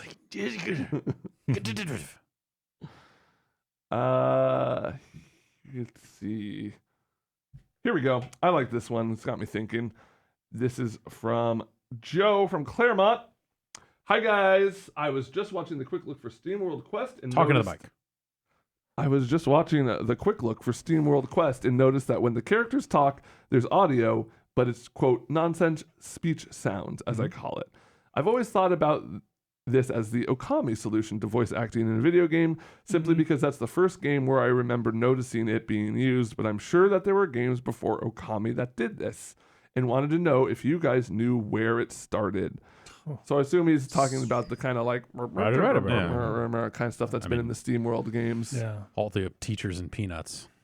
Sure. Yeah, that's Probably where that started. That's Yeah. like the first pop Video culture one I games. can think Yeah. of. Simlish, Yeah. That's the yeah, early Banjo one. Kazooie. Banjo-Kazooie. Huh. Yeah, that was a big one. Animal Crossing isn't quite the same thing because it is kind of like it's they just say the letters and sometimes sometimes it actually makes sense, which is crazy. Sometimes I think I can hear him talking. What's your KK guys- Slider's talking to me, Oh, singing boy. directly to me. What's your guys' favorite fake language? Sims is really good. Simlish is Yeah. pretty good. There are a lot of songs sung in Simlish on Spotify. Oh. There's a lot of KK Slider covers of Yeah. songs. Yeah, there's a lot of garbage on Spotify. Yep. KK Slider's Come on, version of Shinola. Old Town Road is it's pretty hot. Yeah, It's pretty hot. if you ask him for it on Saturday, he'll send you a tape of it. It's pretty exciting. This one comes in from Brian with we were talking about prepping earlier. We got a little prepper question right here. Great. Hello, Giant Bomb. Each year I go through my earthquake/emergency preparedness kit to make sure that nothing has expired. It's important to have more than just the bare essentials, though. I have 2 decks of cards for some light entertainment, but I want to add more. What small and lightweight games should I pack? Board games and card games are good since they don't need batteries, but a portable way to play Tetris would probably be the best way to keep me distracted. What would you suggest? Jenga. Brian. Jenga. Jenga? Jenga. Yeah, Jenga would be good. I'm assuming there's someone else with you. Right. Solo Jenga is just sad. Yeah. Yeah, I'm You could do assuming we're with a small group here. You think I was trying to think like what's the go-to board game that I think has a long tail to it? Candyland. Literally the most random board game. Exactly. You never know what's going to happen. It's different every time you play. I don't know. I like Uno. Yeah. I like Uno a lot. You know, if you were packing decks of cards, I'd put a deck of Uno in there. Sure, man. Though you can kind of just play that with a regular deck of cards. You're just playing crazy eights at that point. Right. I'm quite partial to backgammon. I love me some backgammon. I only learned how to play backgammon because of the backgammon game for Xbox Live Arcade. I wanted the achievements, and I had to learn how to play backgammon to get them. I forgot how to. But I forgot. Yeah, I don't know You anymore. gotta Technology move has the left me. little circles. Yeah. 721. I forget. Yeah, Yeah, sure. Yeah. you gotta get 21. If you go over 21, you bust. If you get a 10 or 11, you want to double down. Yeah. Okay. Yeah, with that game. Mm-hmm. Chan? If you got Suddenly multiple remember. people with you, Sequence is fun. It's like a card game where it's like Connect 5, kinda. That's a lot of people. Well, you just need like you team up, you get a hand of cards, and then all the cards are laid out in a field, and then one by one you go around placing a card, trying to connect 5. If you see the board, it immediately makes sense. Yeah. It can end friendships very quick though. Oh, So I'm I sure. don't know if you It want does to sound keep nice. it around. Monopoly Deal is also very If you're fun. going to be, in tight quarters with someone, you definitely want to make enemies of them. Exactly. Yeah. Yeah. Get yourself more food. I'm sure that they make or have made some really bad Tetris like keychain games, like little LCD screen things, Like a Tiger Electronics type deal. you could conceivably play Tetris that way. I don't know that I would recommend it. Hell, just get like a TI-83. Sure, You know, yeah. you can You're gonna get need a Mario, calculator in the Doom, apocalypse. Tetris, all right there on there, and you can do some calculations. So yeah, do some numbering. Let's see how long it's going to take for you to get out. Check of out the how cool bunker. sine waves What's the look. half-life of all this radiation? Forget that. Just get one of those water thingies where it's like you have to keep pressing the buttons to push up gusts of air to get the rings to fall on the Oh, yeah. Oh, little yeah, pegs. yeah, yeah. Just get one of Fish those. things. That'll last Hell you forever. yeah! Yes, Yeah. Or the little like handheld thing where you like pull the pin back and try and get the little ball, like the fake yeah. little pinball. I saw one of those like water ring things, Yeah. but it was done in a PSP form factor. Oh, It was like a little handheld fake game device that was Hell just one of yeah. those. I was like, man, that's I know what you're getting for Christmas. something nice. swag bag. Just throwing in there. Yeah. This next would be fun. email, Jason. No, we're on the next email. Okay, now. I'm sorry. I'm thinking about push games with water inside of them. You keep thinking about those. I can't stop. You better stop because you have something else to think about now. Hey, bomb folks. This comes in from Colin in Austin, Texas. Since Apex Legends was released, I have had exactly 2,000 boatloads of fun playing it solo and with friends. Until this weekend, I had never played Titanfall 2, but picked it up for $5 on PS4 solely for the campaign based on y'all's praise of it. Damn. I am overwhelmingly enjoying it and kicking myself for not playing this at launch, especially since I bet the multiplayer would have been 2 or more thousand boatloads of fun as well. My question is this. What games have you severely regretted not playing sooner, or are you sad that you couldn't experience at the height of their multiplayer popularity? I thought of a few right off the bat for me, but they're less of like, direct analog, I guess, to his was me getting Battlefront 2, Star Wars Battlefront 2 way after it came out. I just bought that, this past weekend. It's so fun. I would have loved to play that like when it was new, and just like play online with other people. You mean the old one? Yeah, the old. Okay. the- Because they just put that on Steam. Yeah. Well, they put one on Steam for the first time. I think 2 was already there. Okay. Did you also mean old Battlefront 2? No, or it did not. You meant current Current Battlefront 2. one. Current one. And then like I thought of Undernight, how I got in like 6 years after it was already out, and everyone who was online is already like a killer, so yeah. it makes it harder to get really into it. I should play that more. Yeah. Damn it. Yeah, that's probably a good one for me too. It's something that I did not get into right away that I really regret. Normally, we're trying to play, the hottest things, the most current shit Yeah. Right. all the time. So it's hard to even go back to, something that you miss, even though you really want to play it. Just don't have the time to. TF2 was another one for me. I never really had a computer that was good enough to run it. And I played on console a little bit, but like it wasn't really scratching that itch for me. But when I eventually got a computer that was good enough to handle it, they had fucked that game up in so many ways that everyone who was playing it was either a monster or didn't want to play TF2. They wanted to play whatever weird mods and stuff that were in there. always wanted to get into World of Warcraft, but I feel like I'd missed the boat every single time they had released a new giant patch. Right. Yeah. You can just play vanilla now. Oh, I heard. Yeah. There you go. Start from maybe I'll scratch. pop in. Yeah.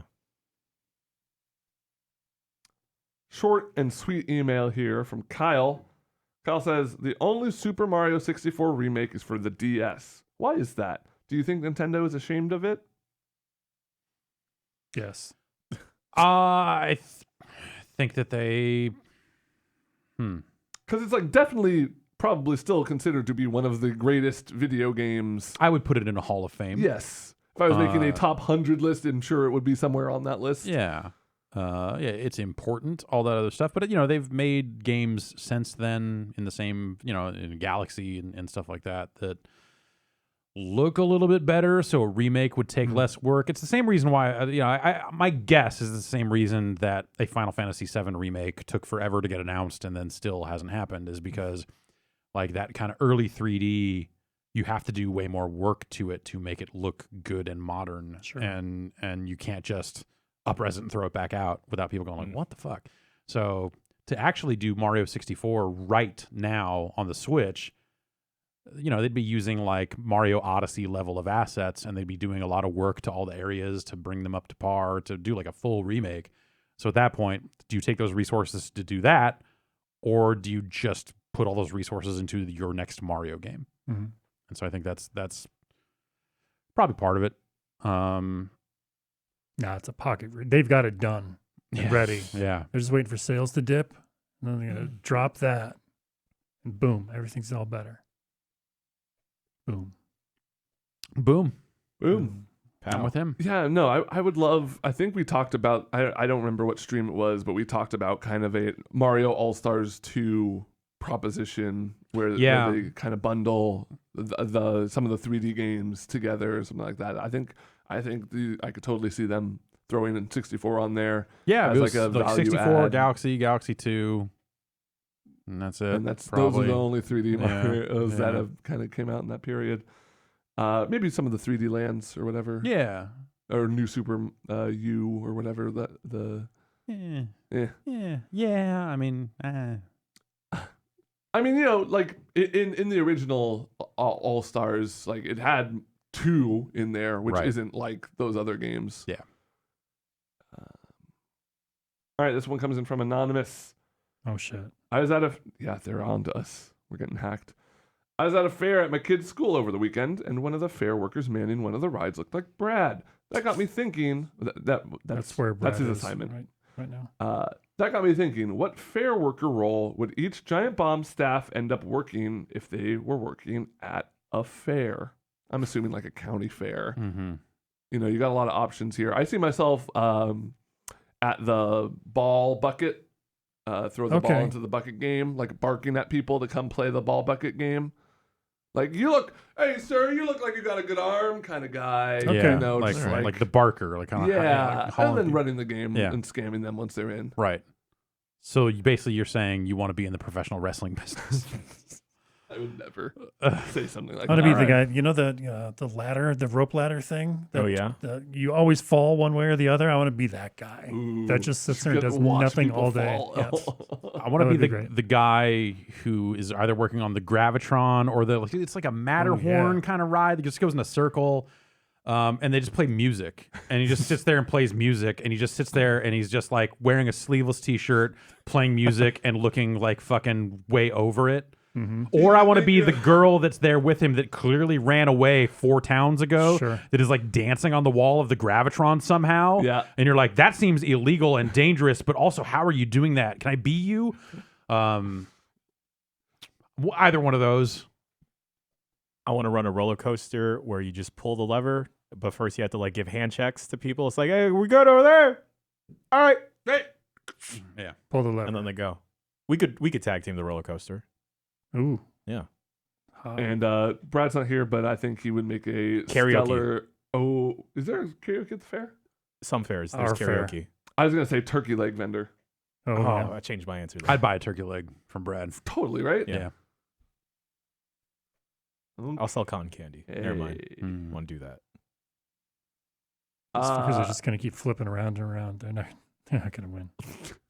They're just like spinning. Yeah. I can picture you just like on an end with a wheel, kind of just like spinning. Let 'em around. go. I would want, or what if I change my answer? Could I be the person who airbrushes stuff? Oh yeah, Yes, Like Sick ass caricatures? art. Yeah. Yeah. Or like just Shrek like. and Guy Fieri on this roller Yeah, coaster. yeah, or just like someone brought in their fucking overalls and I'm writing Belle Biv DeVoe on them and important shit like that. I want to be the guy who paints the wolf paintings that Yeah. you can win, the little small square wolf paintings. I'm gonna be the guy that makes all the mirrors with fucking Oh, Guns N' Roses yeah. logos on them.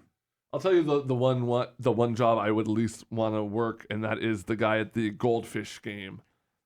Just like because your whole job is just dumping goldfish in and out yeah, of you things. gotta Like, take care of those God, goldfish. it probably smells like fish and fish food everywhere. Gross. Well, they don't feed them. You don't think they feed them? I don't think so. Dude, we got one. I won one of those goldfish one time, and you know that when you win them, they tell you it's like this thing's gonna last like 3 or 4 months. Yeah. Like 9 years or something. It was like, I won all my goldfish through like a ping pong ball throwing thing, and they were like 15-year fish. Yeah. Like, just Wow.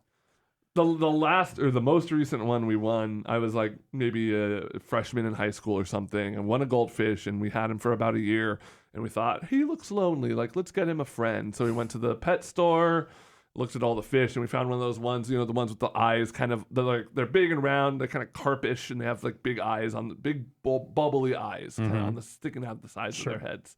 We're like, let's get this guy for him. He'll be best friends. Plop him in there, go to bed. Wake up in the morning, I go to check on them, and the second fish we had bought was just floating dead on the top, and it had its eyes ripped out Holy by the shit. goldfish. Like, goldfish chewed its eyes out of its head. God. We're like, all right, dude, you can have this whole place to yourself. I was man. expecting You can- something completely different.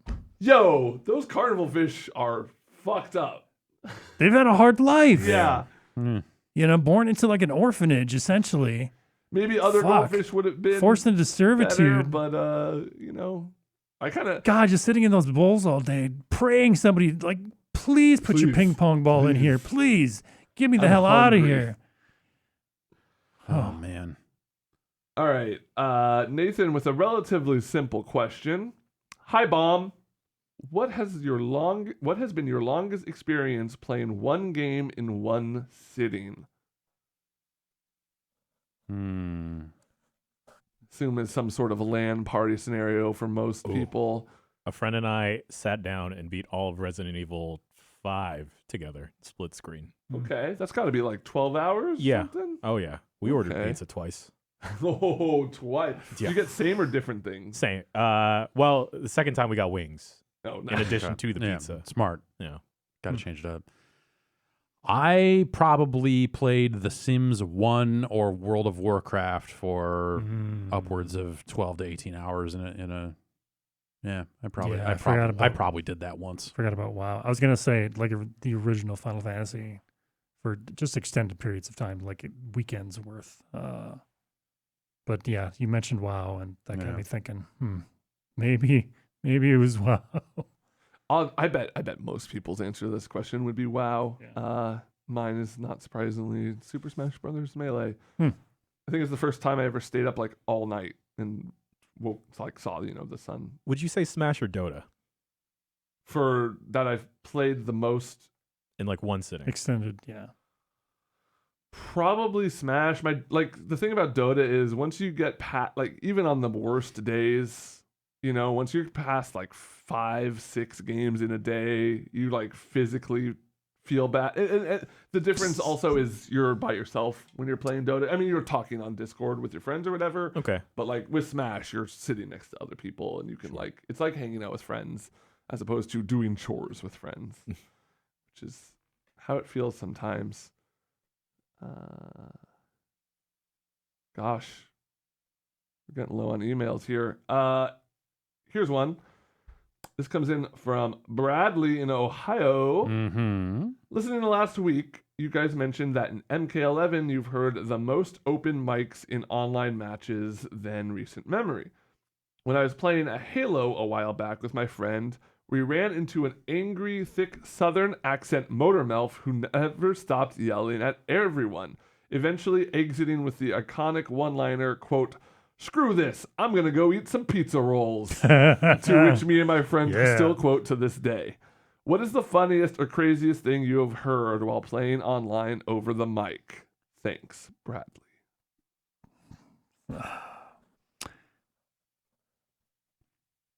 I always go back to my time with Uno. Yeah. And the night I saw like Canadians like with just a mountain of cocaine, and they were gonna. There's a lady there. There's another dude they were talking to, and it seemed like that if I had stayed around long enough, that maybe some action was gonna go down on cam, which was very exciting. But I'm sure the game ended. Oh. Did not see, yeah. I don't know if it counts, but I was in a Discord call, let's say a month ago, where a friend had left his home and not left the voice chat. Mm-hmm.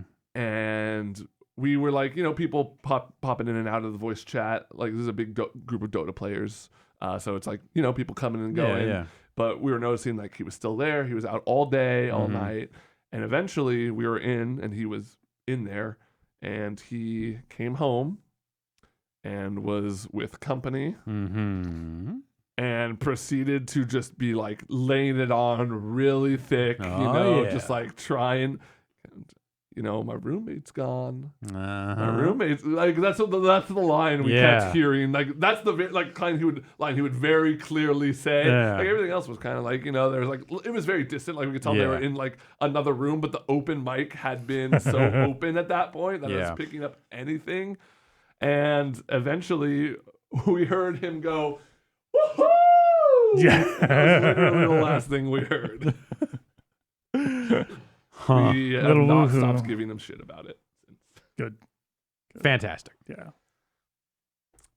Well, how's that? Yeah, you got anything else? I feel like that might be a good place to All call right. it. Great. That's emails. If you've got emails you want to send us about the time you said "woohoo" So fucking into an cartoonish. open microphone. Oh my god. Bombcast at giantbomb.com is where to send that stuff. And thanks everybody for listening or watching. Remember, Giant Bomb premium memberships are on sale. You can head over to giantbomb.com/upgrade for more details on that. And if you're watching us live right now, stay tuned. The after show will happen, Yeah. and we'll take some calls or do something. I don't know. We'll hang out. We'll party with you in the chat and do some stuff on the after show. If you're not listening to that live, it's up in the feeds as Giant Bombcast Aftermath on iTunes and whatnot. So seek that out. We'll see you next week with another episode. Bye.